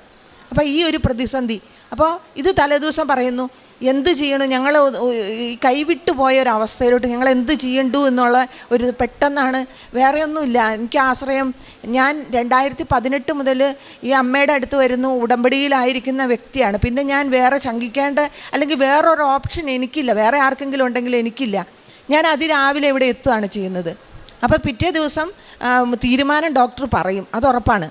ഞാൻ അതിരാവിലെ ഇവിടെ എത്തുന്നു, എനിക്ക് അച്ഛനെ കാണണം, അച്ഛനെ എന്താ ഒരു സമനില തെറ്റിയ അവസ്ഥയിൽ ഞാനിവിടെ എത്തുന്നു, അച്ഛനെ കാണണം എന്നുള്ളൊരു തോന്നൽ വരുന്നു. പക്ഷെ നിർഭാഗ്യവശാൽ അച്ഛനില്ല. പക്ഷെ അച്ഛൻ പറഞ്ഞേക്കണ ആ വാക്ക് എന്നെയല്ല മാതാവിനോട് പറഞ്ഞാൽ മതി എന്നുള്ള ആ ഒരു വാക്കിൽ ഞാൻ ആശ്രയിച്ചിട്ട് ഞാൻ നിത്യാരാധന ചാപലിൽ പോയി ഇരുന്ന് കരഞ്ഞ് മാതാവിനോട് പ്രാർത്ഥിക്കുകയാണിത്. അപ്പോൾ കഠിനമായ ഒരു തീരുമാനങ്ങളിലോട്ട് പോവരുതേ എന്നുള്ളത് മാത്രമായിരുന്നു എൻ്റെ പ്രാർത്ഥന. അപ്പം ഞാൻ എൻ്റെ ഫോണൊക്കെ സ്വിച്ച് ഓഫ് ആക്കിയിട്ട് വെച്ചിട്ട് അവിടെ നിന്ന് ഇരുന്ന് കരഞ്ഞ് കണ്ണീരൊഴുക്കി ഞാൻ പ്രാർത്ഥിച്ചുകൊണ്ടിരുന്നു. എന്നെ എല്ലാവരും വിളിക്കുന്നു, ഡോക്ടേഴ്സിനെ കണ്ടു കഴിഞ്ഞിട്ടുള്ള തീരുമാനങ്ങൾ അറിയിക്കാൻ എന്നെ വിളിച്ചിട്ട് എന്നെ കിട്ടുന്നില്ല. അവസാനം ഞാൻ ഈ ഫോൺ ഒരു 12:30-ക്ക് ശേഷം മാതാവേ എനിക്കൊരു പോസിറ്റീവായിട്ടുള്ള ഒരു ഇത് കിട്ടാതെ ഞാൻ ഇവിടെ നിന്ന് പോവില്ല, ആ രീതിയിൽ ഞാൻ മാതാവിനോട് പറയുകയാണ്.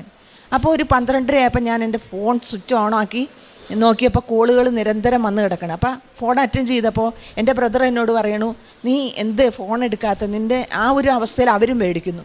അപ്പോൾ ഉടനെ തന്നെ ചേട്ടൻ പറഞ്ഞത് നീ ഒന്നും പേടിക്കണ്ട, ഡോക്ടേഴ്സ് പറഞ്ഞ് നമുക്ക് തിരിച്ച് വീട്ടിലോട്ട് പോകാം, വീട്ടിലോട്ട് പോയി റെസ്റ്റ് 2 ആഴ്ച റെസ്റ്റ് എടുക്കുക, അതിന് ശേഷം വന്നിട്ട് നമുക്ക് ബാക്കി കാര്യങ്ങൾ നോക്കാമെന്ന് പറയും. അതൊട്ടും ഞങ്ങൾ പ്രതീക്ഷിച്ച ഒരു കാര്യമൊന്നും അല്ലാതെ ഈ മാതാവിൻ്റെ എൻ്റെ കണ്ണീര് എനിക്ക് തീരുമാനിക്കണം, എൻ്റെ കണ്ണീര് കൊണ്ടാണ് ആ ഒരു തീരുമാനം ആ ഡോക്ടേഴ്സിന് എടുക്കാൻ സാധിച്ചു എന്നുള്ള ഒരു ബോധ്യം അന്ന് തന്നെ ഞാനിവിടെ വന്ന് സാക്ഷ്യം പറയും എന്നുള്ള ഒരു ഇതിലാണ് അമ്മയോട് ഞാൻ പറഞ്ഞിട്ട് പോയത്. അപ്പോൾ ആ വെളിച്ചത്തിലാണ് ഞാൻ എൻ്റെ ചേട്ടനെ ഇവിടെ കൊണ്ടുവന്നത്. അങ്ങനെ 2 ആഴ്ച ഈ വീട്ടിൽ ഇതേ രീതിയിൽ ബെഡ് റിഡൻ എന്നുള്ള രീതിയിൽ തീർത്തും ബെഡ് റിഡൻ ആയിട്ടുള്ള ഒരു പരിചരണം 2 ആഴ്ച കൊടുത്തതിന് ശേഷം വീണ്ടും നമ്മൾ ആംബുലൻസിൽ തന്നെ രാജഗിരി ഹോസ്പിറ്റലിലേക്ക് പോവുകയാണ്.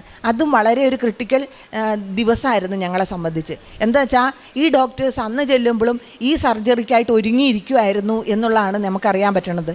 അപ്പോൾ അന്നും ഇതുപോലെ പുലർച്ചെ ഞാനിവിടെ ഓടിയെത്തുകയാണ്. മാതാവിനെ സെയിം പ്രോസസ്സ്, സെയിം രീതിയിൽ അമ്മയുടെ കാൽക്കൽ ഞാൻ വീണ് കരഞ്ഞ് ഞാൻ ഈ പ്രാർത്ഥിക്കുന്നു. എൻ്റെ ഫോൺ ഓഫാണ്. ഞാൻ പ്രാർത്ഥിച്ച് അമ്മേ എൻ്റെ ചേട്ടൻ പോസിറ്റീവ് പെർഫെക്റ്റ്ലി ഓൾ റൈറ്റ് എന്ന് ഡോക്ടേഴ്സ് പറയണം. ആ ഒരു ഇത് എനിക്ക് കേൾക്കണം. എന്നിട്ടേ ഞാൻ ഇവിടുന്ന് പോവുള്ളൂ. ആ രീതിയിൽ ഞാൻ അമ്മയോട് കരഞ്ഞ് പ്രാർത്ഥിച്ചു. അപ്പോൾ വീണ്ടും ഇതുപോലെ 12:30 ആയപ്പോൾ ഞാൻ ഫോൺ സ്വിച്ച് ഓൺ ആക്കി. അപ്പോഴും അവരെല്ലാം ആശങ്കപ്പെടും, ഇവർക്ക് എന്ത് സംഭവിച്ചു എന്നുള്ള രീതിയിൽ എടുക്കണില്ലല്ലോ ഫോൺ. അപ്പോൾ ഫോൺ എടുക്കുമ്പോൾ പറഞ്ഞു, നീ പേടിക്കണ്ട, ചേട്ടൻ അത്ഭുതകരമായിട്ട് ഡോക്ടേഴ്സ് പറയുന്നു ഇതേ രീതിയിൽ ഈ ഒരു പേഷ്യൻ്റ് ഇത്ര ഇതായിട്ട് ഞങ്ങൾ ഒരിക്കലും പ്രതീക്ഷിച്ചില്ല. ആ രീതിയിൽ ചേട്ടൻ്റെ അവസ്ഥ മാറിയിരിക്കുന്നു. ഞാൻ ഈ പറയണത് അച്ഛന് തന്നെ ഞാൻ പറഞ്ഞപ്പോൾ അത്ര അങ്ങ് മെഡിക്കൽ സയൻസിൻ്റെ ഭാഗം അല്ലേ എന്ന് എന്നോട് അച്ഛൻ ആവർത്തിച്ച് ചോദിക്കുന്നു. എനിക്ക് അങ്ങനെ വിവരിക്കാൻ അറിയില്ല. പക്ഷേ അനുഭവസ്ഥനായ എൻ്റെ ചേട്ടനെ ഞാനിവിടെ കൊണ്ടുവന്നിട്ടുണ്ട്. ചേട്ടൻ ഒരു വാക്ക്, അധികം സമയം കളയാതെ ഒരു വാക്ക് പറയും. അപ്പം അതാണ് എനിക്ക് കിട്ടിയ ഒന്നാമത്തെ സാക്ഷ്യം. പിന്നെ നിരവധിയായ അനുഗ്രഹങ്ങൾ എനിക്ക് കിട്ടിയിട്ടുണ്ട്. അതുപോലെ തന്നെ ഞാൻ ഇവിടുന്ന് അച്ഛനെ ഏൽപ്പിക്കുന്ന ഓരോ കാരുണ്യ പ്രവർത്തികളും എന്നാൽ കഴിയുന്നവരെ ആത്മാർത്ഥമായിട്ട് പത്രവിതരണത്തിനായാലും രോഗികളെ സന്ദർശിക്കുക, അവർക്ക് ആവശ്യമായ സഹായം കൊടുക്കുന്നതിനാണേലും ഞാൻ ആത്മാർത്ഥതയോടെ ശ്രമിക്കുന്നു. മറ്റുള്ളവരിലേക്ക് ദൈവത്തിൻ്റെ സുവിശേഷം എത്തിക്കാനുള്ള ഒരു അവസരം എനിക്ക് എവിടെ കിട്ടിയാലും ഞാനത് ചെയ്യുന്നു. അത്രയൊക്കെയാണ് ഞാനിവിടെ ചെയ്യുന്നത്. ഇനിയും ഈ അമ്മയുടെ തിരുസന്നിധി വന്ന് എനിക്ക് എൻ്റെ സങ്കടം, എനിക്ക് എൻ്റെ ഒരു നിസ്സഹായാവസ്ഥയിൽ ഓടിയെത്താനുള്ള ഒരു അഭയകേന്ദ്രമായിട്ടാണ് ഞാനിത് കണക്കാക്കുന്നത്. ഇവിടെ വരുന്ന ഓരോരുത്തർക്കും അതാണ്, നമുക്കൊരു പിടിവിള്ളിയില്ലാത്ത അവസ്ഥയിൽ, എല്ലാം കൊണ്ടും തകർന്ന അവസ്ഥയിൽ ഓടിയെത്താൻ പറ്റണ ഒരു സ്ഥലം നമുക്കുണ്ടല്ലോ. ആ ഒരു ബലത്തിലാണ് ഞാൻ നിൽക്കുന്നത്. തുടർന്നും എനിക്ക് മാതാവിനെ കൂടാതെ എനിക്ക് ജീവിക്കാൻ പറ്റില്ല. എനിക്ക് ധാരാളം അനുഗ്രഹം കിട്ടണം. അതുപോലെ തന്നെ ഇവിടെ വന്നിരുന്ന ഓരോരുത്തരും നമ്മുടെ അച്ഛൻ്റെ നമ്മുടെ സഹശുശ്രൂഷകരുടെയൊക്കെ പ്രാർത്ഥനയും അനുഗ്രഹവും വഴി എല്ലാവർക്കും അനുഗ്രഹം കിട്ടണം. എന്നേക്കാൾ കൂടുതൽ ഇവിടെ വരുന്ന ഓരോരുത്തർക്കും അനുഗ്രഹം കിട്ടണമെന്നുള്ളതാണ് എൻ്റെ പ്രാർത്ഥനയും അപേക്ഷയും. ഇതിനെല്ലാം നമുക്ക് ചേർന്ന് നിൽക്കാം. അങ്ങനെ നമ്മുടെ ഈശോയുടെ സുവിശേഷം ഈ ലോകത്തിൽ മുഴുവൻ മാതാവിൻ്റെ ആ ഒരു മാതൃസ്ഥയിൽ നമുക്ക് എത്തിക്കാം. ചേട്ടൻ ഒരു 2 വാക്ക് പറഞ്ഞു നിർത്തും. നന്ദി, എല്ലാവർക്കും നന്ദി. എല്ലാറ്റിനും ഉപരി എൻ്റെ ഈശോയ്ക്കും എൻ്റെ അമ്മയ്ക്കും പ്രത്യേകം നന്ദി. എനിക്ക് സർജറി വേണമെന്ന് ഡോക്ടേഴ്സ് വളരെ കർശനമായിട്ട് പറഞ്ഞ് തലേദിവസം പറഞ്ഞ് പിറ്റേ ദിവസമാണ് ഇവിടെ വന്നത്. അപ്പോൾ രാവിലെ റേഡിയോളജിസ്റ്റ് വന്ന് സർജറിക്ക് എഴുതി.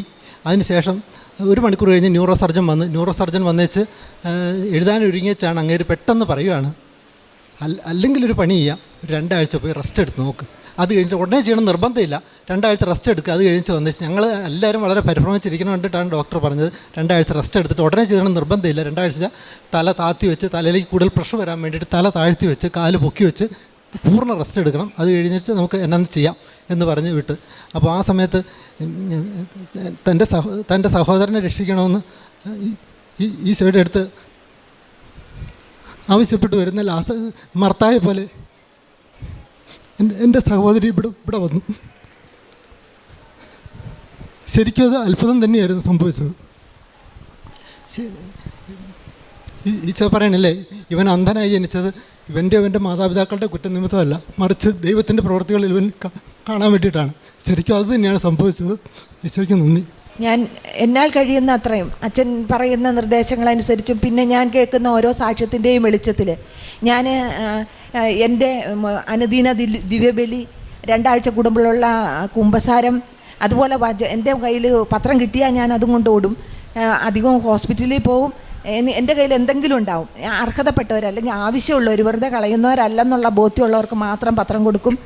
അതുപോലെ തന്നെ ബൈബിൾ വായിക്കാനും ഓരോ സാക്ഷ്യങ്ങൾ കേൾക്കാനും അതൊക്കെ ഷെയർ ചെയ്യാനും ഞാൻ എന്നാ കഴിയുന്നതെല്ലാം ചെയ്യുന്നുണ്ട്. തുടർന്നും എനിക്ക് ചെയ്യണം എന്നുള്ളൊരു ബോധ്യത്തോടെയാണ് ഞാനിവിടെ നിൽക്കുന്നത്. സങ്കീർത്തനങ്ങൾ 116, 5, 6. കർത്താവ് കരുണാമയനും നീതിമാനുമാണ്, നമ്മുടെ ദൈവം കൃപാലുവാണ്, എളിയവരെ കർത്താവ് പരിപാലിക്കുന്നു, ഞാൻ നിലം പറ്റിയപ്പോൾ അവിടുന്ന് എന്നെ രക്ഷിച്ചു.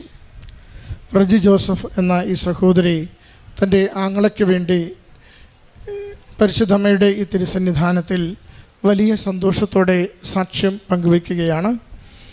സഹോദരനുണ്ടായ വലിയൊരു രോഗാവസ്ഥ, അത് ഏറെ ഗൗരവമുള്ള ഓപ്പറേഷനിലേക്ക് പോകേണ്ടി വന്ന മണിക്കൂറുകളും ദിവസങ്ങളും, അങ്ങനെ 2 തവണ ഓപ്പറേഷന് വേണ്ടി വിധേയനാകേണ്ടി വരും എന്ന് കരുതിയ അവസരങ്ങളിലൊക്കെയും സഹോദരി ദൂരത്ത് നിന്ന് മൂവാറ്റുപുഴയിൽ നിന്ന് ഇവിടം വരെ എത്തി അമ്മ മാതാവിൻ്റെ തിരുനടയിൽ കണ്ണീരോടെ പ്രാർത്ഥിച്ചതിൻ്റെ സാക്ഷ്യമാണ് പങ്കുവച്ചത്. അമ്മയുടെ തിരുനടയിലെത്തി ഒരു പോസിറ്റീവ് ന്യൂസ് ആശുപത്രിയിൽ നിന്ന് ലഭിക്കുന്നത് വരെ ഞാൻ ഏതാണ്ട് യാക്കോബ് പ്രാർത്ഥിക്കുന്നത് പോലെ എന്നെ അനുഗ്രഹിച്ചിട്ടല്ലാതെ ഞാൻ നിന്നെ വിടുകയില്ല എന്ന് യാക്കോബ് പ്രാർത്ഥിച്ച അതേ മനസ്സോടെ എനിക്ക് എൻ്റെ സഹോദരനെക്കുറിച്ച് ആരോഗ്യം നന്നായിട്ടുണ്ട്, ക്ലേശകരമല്ല എന്ന് അറിയുന്ന നിമിഷം വരെ അമ്മ മാതാവിൻ്റെ തിരുനടയിൽ ഞാനിവിടെ അള്ളിപ്പിടിച്ചുണ്ടാകുമെന്ന് പ്രാർത്ഥിക്കുന്ന സഹോദരിയുടെ സാക്ഷ്യമാണ് നാം കേട്ടത്. നിത്യാരാധന ചാപ്പലിൽ മണിക്കൂറുകളിരുന്ന് പ്രാർത്ഥിക്കുന്നത്, ഏതാണ്ട് 12:30 മണി കഴിയുമ്പോൾ മൊബൈൽ തുറക്കുമ്പോൾ സഹോദരനെ ആശുപത്രിയിൽ നിന്നും ഓപ്പറേഷന് വിധേയമാക്കണമെന്ന് പറയുന്ന വ്യക്തിയെ ആശുപത്രിയിൽ നിന്നും ഡിസ്ചാർജ് ചെയ്ത് വീട്ടിലേക്ക് അയക്കുന്ന വലിയ ആശ്വാസത്തിൻ്റെ വാർത്ത കേട്ടതിനെയാണ് സാക്ഷ്യപ്പെടുത്തുക. 2 ആഴ്ച കഴിഞ്ഞ് വീണ്ടും ഓപ്പറേഷന് അഡ്മിറ്റ് ആവണമെന്ന ഒരു നിർദ്ദേശത്തോടു കൂടിയാണ് ആശുപത്രിയിൽ ചെല്ലുക. അന്നും ഇതുപോലെ തന്നെ ഇവിടെ അമ്മ മാതാവിൻ്റെ തിരുനടയിലെത്തി കണ്ണീര് കൊടുത്തുകൊണ്ട് ആ സഹോദരൻ്റെ സൗഖ്യത്തിന് വേണ്ടി പ്രാർത്ഥിച്ചതിനെയാണ് സാക്ഷ്യപ്പെടുത്തുക. അന്ന് പരിശോധനകൾക്ക് ശേഷം ആരോഗ്യവാനാണ്, പ്രത്യേകിച്ച് മരുന്നൊന്നും വേണ്ട, ഇത് അത്ഭുതകരമായി അത് സൗഖ്യപ്പെട്ടതാണ്, പ്രത്യേകിച്ച് ഒന്നും ചെയ്യുവാനില്ലെന്ന് പറഞ്ഞ് സഹോദരനെ മടക്കി അയച്ചതിൻ്റെ സാക്ഷ്യമാണ് പങ്കുവയ്ക്കുന്നത്. സഹോദരൻ്റെ വാക്കുകൾ കൃത്യമായി പറഞ്ഞു. ലാസർ മരിക്കുമ്പോൾ മർത്ത വന്ന യേശുവിൻ്റെ അരികിൽ സഹായിക്കുവാൻ ചോദിച്ച അതേ മനസ്സോടുകൂടി ആങ്ങളയ്ക്ക് വേണ്ടി വേറെ ഒന്നും ചെയ്യുവാനില്ല, വേറെ ഒന്നും ഇനിയിപ്പോൾ പറയുവാനില്ല, ആകെ അറിയാവുന്നത് അമ്മ മാതാവിൻ്റെ സന്നിധിയിൽ വന്ന് അമ്മയുടെ കരങ്ങളിൽ ഏൽപ്പിച്ചു കൊടുക്കുക മാത്രമാണ്. അത് പൂർണ്ണമായി നല്ല ത്യാഗത്തോടെ ഇത്ര ദൂരം സഞ്ചരിച്ച് മറ്റൊന്നും വിചാരിക്കാതെ അമ്മയുടെ അരികിലെത്തി കൊടുക്കുവാൻ കാണിക്കുന്ന ആ ത്യാഗമുള്ള സമർപ്പണത്തിന്, ഉടമ്പടിയിലുള്ള വിശ്വാസത്തിന്, ആ ശരണപ്പെട്ട ജീവിത രീതിക്കാണ് സൗഖ്യമായി സഹോദരന് മാറുന്നത്. പ്രിയമുള്ളവരെ, അമ്മയുടെ അരികിലെത്തുന്ന ആരെയും കണ്ണീരോടെ മടക്കിവിടില്ല. അമ്മയിൽ പ്രത്യാശ ഏർപ്പിച്ച് പ്രാർത്ഥിക്കുന്ന ഓരോരുത്തരുടെയും ജീവിതാവശ്യങ്ങളിൽ എത്ര വ്യത്യസ്തമാണെങ്കിലും അമ്മയുടെ കരവും കരുതലും അനുഭവിക്കുവാനുള്ള ഭാഗ്യം എപ്പോഴും നൽകാറുണ്ട്. അതുകൊണ്ട് ഉടമ്പടി നമുക്ക് പ്രാർത്ഥനയ്ക്കുള്ള ഒരു രീതി മാത്രമല്ല, ജീവിതത്തിനുള്ള ഒരു വഴി കൂടിയാണ്. ജീവിതം മുന്നോട്ട് കൃപയിൽ വളരുന്നതിന്, ആത്മധൈര്യത്തോടു കൂടി മുന്നേറുന്നതിന്, നിരാശയിൽ നിബന്ധിക്കാതെ ഏതൊരു പ്രതിസന്ധിയെയും അതിജീവിക്കുന്നതിന് നമുക്ക് നൽകിയിരിക്കുന്ന ഏറ്റവും എളുപ്പമുള്ള ഒരു ആത്മീയ ജീവിതക്രമമാണ് ഉടമ്പടി ജീവിതം. അതുകൊണ്ട് ഉടമ്പടി ജീവിതത്തിലൂടെ രോഗങ്ങൾ സൗഖ്യപ്പെടുവാൻ, പ്രതിസന്ധികൾ മാറുവാൻ, വ്യക്തിജീവിതത്തിൻ്റെ മുറിവുകളും തകർച്ചകളും മാറി ദൈവനാമത്തെ മഹത്വപ്പെടുത്തി ജീവിക്കുവാൻ നമ്മെ ഓരോരുത്തരെയും സഹായിക്കണമേ എന്ന് പ്രാർത്ഥിച്ചുകൊണ്ട് ഈ സാക്ഷ്യം നമുക്ക് സമർപ്പിക്കാം. കരങ്ങളടിച്ച് അമ്മ മാതാവിന് നമുക്ക് നന്ദി പറയാം. എൻ്റെ പേര് അലക്സ് ബിജു. ഞാൻ പാലാ രൂപതയിലെ കുറിച്ചിത്താന ഇടവകയിൽ നിന്നാണ് വരുന്നത്. ഞാനൊരു 4ാം വർഷ BSc നേഴ്സിംഗ് വിദ്യാർത്ഥിയാണ്. ഞാനിവിടെ വന്ന് ഉടമ്പടി എടുക്കുന്നത് 2022 ഡിസംബർ 28-ാം തീയതിയാണ്. ഞാൻ ഫസ്റ്റ് ഇയർ പഠിച്ചുകൊണ്ടിരിക്കുമ്പോൾ എനിക്ക് പരീക്ഷ ആവാറായപ്പോൾ നല്ല പാടായിരുന്നു. പരീക്ഷ എങ്ങനെ അഭിമുഖീകരിക്കണം എന്നുള്ളതും എനിക്കൊന്നും അറിയത്തില്ലായിരുന്നു, പരീക്ഷയ്ക്ക് എന്ത് എഴുതണം എന്നുള്ളതും. അങ്ങനെ ഇരിക്കുമ്പോൾ ഞാൻ ക്രിസ്മസിന് ലീവിന് വന്നപ്പോൾ എൻ്റെ അപ്പച്ചനും അവിടെ കൂട്ടിക്കൊണ്ട് വന്ന് തന്നെ ഉടമ്പടി എടുപ്പിക്കുകയാണ് ചെയ്തത്. ഉടമ്പടി എടുത്തിട്ട് ഞാൻ സ്ഥിരമായിട്ട് ഇന്നും പ്രത്യക്ഷീകരണ പ്രാർത്ഥന ചെല്ലുകയും പത്രം കൊണ്ടുപോയി കോളേജിൽ എല്ലാവർക്കും കൊടുക്കുകയൊക്കെ ചെയ്യുമായിരുന്നു. അങ്ങനെ പരീക്ഷയ്ക്ക് പോയപ്പോൾ ഞാൻ കാശിരൂപവും എണ്ണയും ഉപ്പുമായിട്ടാണ് പോയത്. എണ്ണ എടുത്ത് എൻ്റെ പരീക്ഷ എഴുതാൻ പോണ പേനയിൽ ഞാൻ പുരട്ടിയിട്ടാണ് പോയത്. ഉപ്പാണെങ്കിൽ ഞാൻ പോക്കറ്റ് ഇട്ടിട്ട് എൻ്റെ ഉത്തരപേപ്പറിനകത്ത് ഇട്ടിട്ടാണ് ഞാൻ പോയത്. അങ്ങനെ പരീക്ഷ എഴുതി റിസൾട്ട് വന്നപ്പോൾ ആകെ 10 പേരെ പാസ്സായിട്ടുണ്ടായിരുന്നുള്ളൂ. അതിൽ ബോയ്സിൽ ആകെപ്പാടെ പാസ്സായത് ഞാനായിരുന്നു. അതുപോലെ തന്നെ സെക്കൻഡ് ഇയറിൻ്റെ റിസൾട്ട് വന്നു കഴിഞ്ഞപ്പോൾ എനിക്ക് ഫസ്റ്റ് ക്ലാസ്സോട് തന്നെ റിസൾട്ട് പാസ്സായി, ഞാൻ സെക്കൻഡ് ഇയർ പാസ്സായി. അങ്ങനെ ഇരിക്കുമ്പോഴാണ് എനിക്ക് ഓഗസ്റ്റ് മാസം ഒരു 2024 ഓഗസ്റ്റ് മാസത്തിൽ എനിക്ക് ഒരു പനി ഉണ്ടാവുകയും അതേ തുടർന്ന് തളർച്ച അനുഭവപ്പെടുകയും ചെയ്തു. അങ്ങനെ ആശുപത്രിയിൽ ചെന്ന് ബ്ലഡ് ടെസ്റ്റ് ചെയ്ത് കഴിഞ്ഞപ്പോൾ എനിക്ക് ഡെങ്കു ആണെന്ന് പറഞ്ഞു. ഡെങ്കു എന്ന് പറഞ്ഞത് തന്നെ വീട്ടിൽ വിളിച്ച് പറഞ്ഞപ്പോൾ വീട്ടിലേക്ക് പോരാൻ പറഞ്ഞിട്ട് ഞാൻ വീട്ടിൽ വന്നു. വീട്ടിൽ വന്നിട്ട് ഇവിടെ അടുത്തുള്ള ആശുപത്രി കൊണ്ടുവന്ന് കാണിച്ചപ്പോൾ ബ്ലഡ് ടെസ്റ്റ് ചെയ്തപ്പോഴും ഡെങ്കു പോസിറ്റീവാണ് കാണിച്ചത്. പക്ഷേ ഡെങ്കുവിൻ്റെ ലക്ഷണങ്ങളൊന്നും അല്ലായിരുന്നു. എനിക്ക് എണീറ്റ് നിൽക്കാൻ പറയാൻ ഞാൻ തളർന്ന് വീഴുകയാണ് ചെയ്തുകൊണ്ടിരുന്നത്. അവിടുത്തെ ഡോക്ടറിനെ പിന്നെയും ചെക്ക് ചെയ്തിട്ട് എനിക്ക് ഗില്ലൻ ബാരി സിൻഡ്രം എന്ന് പറയുന്ന 1,00,000 ഒരാൾക്ക് വരുന്ന ഒരു റെയർ ഡിസീസാണ്. ഇത് വന്നു കഴിഞ്ഞാൽ ശരീരം മൊത്തം തളർന്നു പോകുമെന്ന് പറഞ്ഞു. എത്രയും പെട്ടെന്ന് കാരിത്താസിലേക്കോ അല്ലെങ്കിൽ മെഡിക്കൽ കോളേജിലേക്കോ മാറ്റിക്കോളാൻ പറഞ്ഞു. ഞങ്ങൾ എത്രയും പെട്ടെന്ന് കാരിത്താസിൽ കൊണ്ടുവന്ന് അവിടെ ചെന്ന് കഴിഞ്ഞിട്ട് നെർവ് കണ്ടക്ഷൻ സ്റ്റഡി എന്ന് പറയുന്ന ഒരു ടെസ്റ്റ് ചെയ്തു. ടെസ്റ്റ് ചെയ്തപ്പോൾ എനിക്ക് ഗില്ലൻ ബാരി സിൻഡ്രോം എന്ന് പറയുന്ന അസുഖമാണെന്ന് ഉറപ്പിച്ചു. അങ്ങനെ ഉറപ്പിച്ച് കഴിഞ്ഞപ്പോൾ ഇതിന് ട്രീറ്റ്മെൻറ്റ് ഇല്ലാത്തൊരു അസുഖമാണ്. മാനേജ്മെൻറ്റ് എന്നുള്ള രീതിക്ക് നമുക്ക് 5 ദിവസത്തെ ഒരു ഇഞ്ചക്ഷൻ എടുക്കാമെന്ന് പറഞ്ഞു. ഇഞ്ചക്ഷൻ ചിലവേറിയ ഒരു ചികിത്സയാണ് ഇതിനുള്ളത്. അതിന് 3,50,000 രൂപ ഇഞ്ചക്ഷന് തന്നെ ആവുമെന്ന് പറഞ്ഞു. അങ്ങനെ എന്ത് ചെയ്യണം എന്നറിയാൻ മേലായിരുന്നു. 5ൻ്റെ പൈസ കയ്യിലായിരിക്കുന്ന സമയമായിരുന്നു. ഉടമ്പടി എടുത്തതെന്നുള്ള ഒറ്റ ധൈര്യത്തിൽ ഇഞ്ചക്ഷൻ സ്റ്റാർട്ട് ചെയ്യാൻ പറഞ്ഞു. ഇഞ്ചക്ഷൻ സ്റ്റാർട്ട് ചെയ്തു. ഈ അസുഖം ബാധിച്ചവർ റിക്കവറി ടൈമായിട്ട് ഒരു വർഷമേലും എടുക്കും. ഈ അസുഖത്തിൽ തിരിച്ച് തളർച്ച മാറി പഴയ പോലെ നടന്നു തുടങ്ങാനെങ്കിൽ അത്രയും ടൈം എടുക്കും കുറഞ്ഞത്. എനിക്ക് ഇഞ്ചക്ഷൻ സ്റ്റാർട്ട് ചെയ്ത് 3-ാം ദിവസം തന്നെ എൻ്റെ കൈക്കും കാലിലും ചലനം വെച്ച് തുടങ്ങി.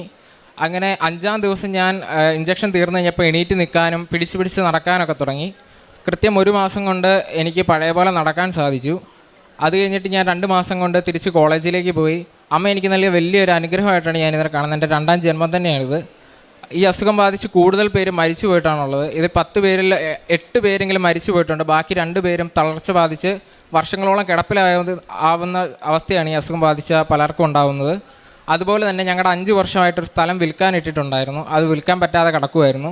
ഞങ്ങളിവിടെ ഒന്ന് ഉടമ്പടി വെച്ച് അവിടെ പോയിട്ട് ഉപ്പും തൈലവും കൊണ്ട് ഞങ്ങളെ ആ സ്ഥലത്തിട്ടിരുന്നു. അങ്ങനെ ഡിസംബർ 31-നകം അത് വിറ്റ് തരണമെന്ന് മാതാവിനോട് നിയോഗം വെച്ചിരുന്നു. നവംബർ 20-ന് ആ സ്ഥലം വിറ്റ് അതിൻ്റെ ആധാരം ചെയ്തു. ഞാൻ എന്നെ കണ്ടുമുട്ടുന്ന എല്ലാവരോടും എൻ്റെ ഈ അനുഭവം ഞാൻ പറയാറുണ്ട്.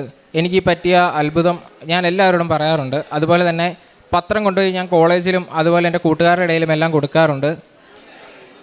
ഇതെനിക്ക് കിട്ടിയ വലിയൊരു അനുഗ്രഹമായിട്ടാണ് ഞാൻ കാണുന്നത്. എനിക്ക് അമ്മ ചെയ്തു തന്ന ഈ അനുഗ്രഹത്തിന് 1000 നന്ദി. അമ്മയ്ക്കും അമ്മയുടെ തിരുക്കുമാരനും 1000 നന്ദി. ഞാനിവിടെ വന്ന് ഉടമ്പടി എടുത്തത് പിന്നെ ഞാൻ എല്ലാ ദിവസവും പ്രാർത്ഥിക്കാറുണ്ട്. ഞാനൊരു അരമണിക്കൂർ ബൈബിൾ ഇന്നും വായിക്കാൻ അരമണിക്കൂർ സമയം ഞാൻ വൈകുന്നേരം മാറ്റി വെക്കാറുണ്ട്. അതുപോലെ തന്നെ എനിക്കിവിടെ വന്നു കഴിഞ്ഞിട്ട് ഞാൻ ഉടമ്പടി എടുത്തു കഴിഞ്ഞപ്പോൾ തൊട്ട് എനിക്ക് ഭയങ്കരമായിട്ട് എല്ലാ കാര്യത്തിലും മാതാവ് എൻ്റെ കൂടെയുള്ള ഒരു അനുഭവമാണ് എനിക്കുള്ളത്. എന്ത് ചെയ്താലും എനിക്കൊരു പേടിയോ ടെൻഷനോ ഒന്നുമില്ല. നേരത്തെ എനിക്ക് ഏറ്റവും കൂടുതൽ ടെൻഷനും ഭയങ്കരമായിട്ട് ഞാൻ നെർവസ് ആകുമായിരുന്നു. പക്ഷേ ഇവിടെ വന്ന് ഉടമ്പടി എടുത്തേ പിന്നെ എല്ലാ കാര്യത്തിലും മാതാവിൻ്റെ അനുഗ്രഹം ഞാൻ കാണുന്നുണ്ട്. ഞാൻ എവിടെ പോയാലും കാശിരൂപമായിട്ടാണ് പോകുന്നത്. ഞാൻ ഇതുവരെ പോയിട്ടുള്ള ഒരു സ്ഥലത്തൊന്നും എനിക്ക് വേറൊരു അനുഭവം ഉണ്ടായിട്ടില്ല. ചീത്തയായിട്ട് ഒന്നും ഉണ്ടായിട്ടില്ല. എനിക്ക് അനുഗ്രഹം ചെയ്യുന്ന മാതാവിനും തിരുക്കുമാരനും 1000 നന്ദി. ജെറമിയ 30:17 തിരുവചനം അരുളി ചെയ്യുന്നു, ഞാൻ നിനക്ക് വീണ്ടും ആരോഗ്യം നൽകും, നിന്റെ മുറിവുകൾ സുഖപ്പെടുത്തും. അലക്സ് ബിജു തൻ്റെ രോഗസൗഖ്യം തനിക്ക് BSc നേഴ്സിംഗ് എക്സാമിനേഷനിലൊക്കെ കിട്ടിയ വിജയം, തങ്ങളുടെ കുടുംബവുമായിട്ട് ബന്ധപ്പെട്ട മറ്റ് കാര്യങ്ങൾ, ഇതൊക്കെയാണ് ഈ മകൻ ഇവിടെ പങ്കുവയ്ക്കുക. രോഗാവസ്ഥ എന്തായിരുന്നെന്നും എങ്ങനെ എത്രമാത്രം തീവ്രതയേറിയതാണ് ഈ അപൂർവ രോഗമെന്നുമൊക്കെ വളരെ വ്യക്തമായിട്ട് നാം കേട്ട് കഴിഞ്ഞു. എല്ലാറ്റിലും തനിക്ക് ഇന്ന് ഇവിടെ വന്ന് നിൽക്കുവാൻ കഴിയുന്നത് തൻ്റെ 2ാം ജന്മമായിട്ട് സ്വർഗത്തിൻ്റെ അടയാളം പതിച്ച ഈ ഭൂമിയിൽ തനിക്ക് നിൽക്കുവാൻ സാധിക്കുന്നത് ഉടമ്പടിയുടെ മകനായതുകൊണ്ടാണെന്നാണ് ഈ മകൻ പ്രഘോഷിക്കുക. തനിക്ക് കിട്ടിയ എല്ലാ കൃപകൾക്കും നന്ദി പറയുന്നു.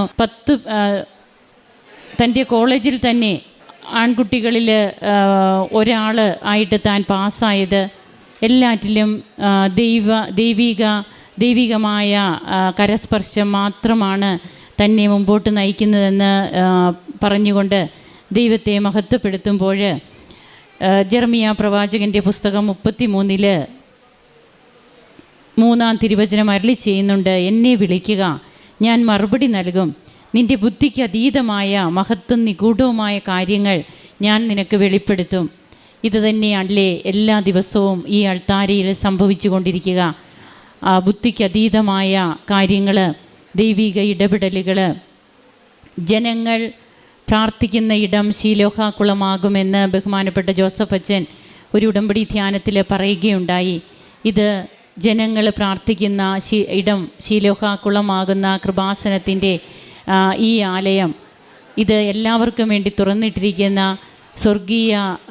സ്വർഗീയമായ സാന്നിധ്യം കുടികൊള്ളുന്ന ഈ ഇടത്തിലേക്ക് ഇന്ന് വന്ന് ഈ ശീലോഹാക്കുളത്തിൽ കുളിച്ച് ദൈവിക സ്പർശം ലഭിച്ചു പോയി തങ്ങളുടെ ജീവിതത്തെ മാറ്റിമറിക്കുന്ന അനുഭവങ്ങൾ തങ്ങൾക്കുണ്ടാകുമ്പോൾ പിന്നീട് അങ്ങോട്ട് ദൈവത്തോടൊത്തുള്ള ജൈത്രയാത്ര തുടങ്ങുന്ന ഉടമ്പടിയുടെ മക്കളുടെ ഒരു ഘോഷയാത്രയായിട്ട് ഇന്ന് ഉടമ്പടി ജീവിതം പരിണമിക്കുകയാണ്. നമുക്ക് കരങ്ങളടിച്ച് ദൈവത്തെ ആരാധിക്കാം, മഹത്വപ്പെടുത്താം.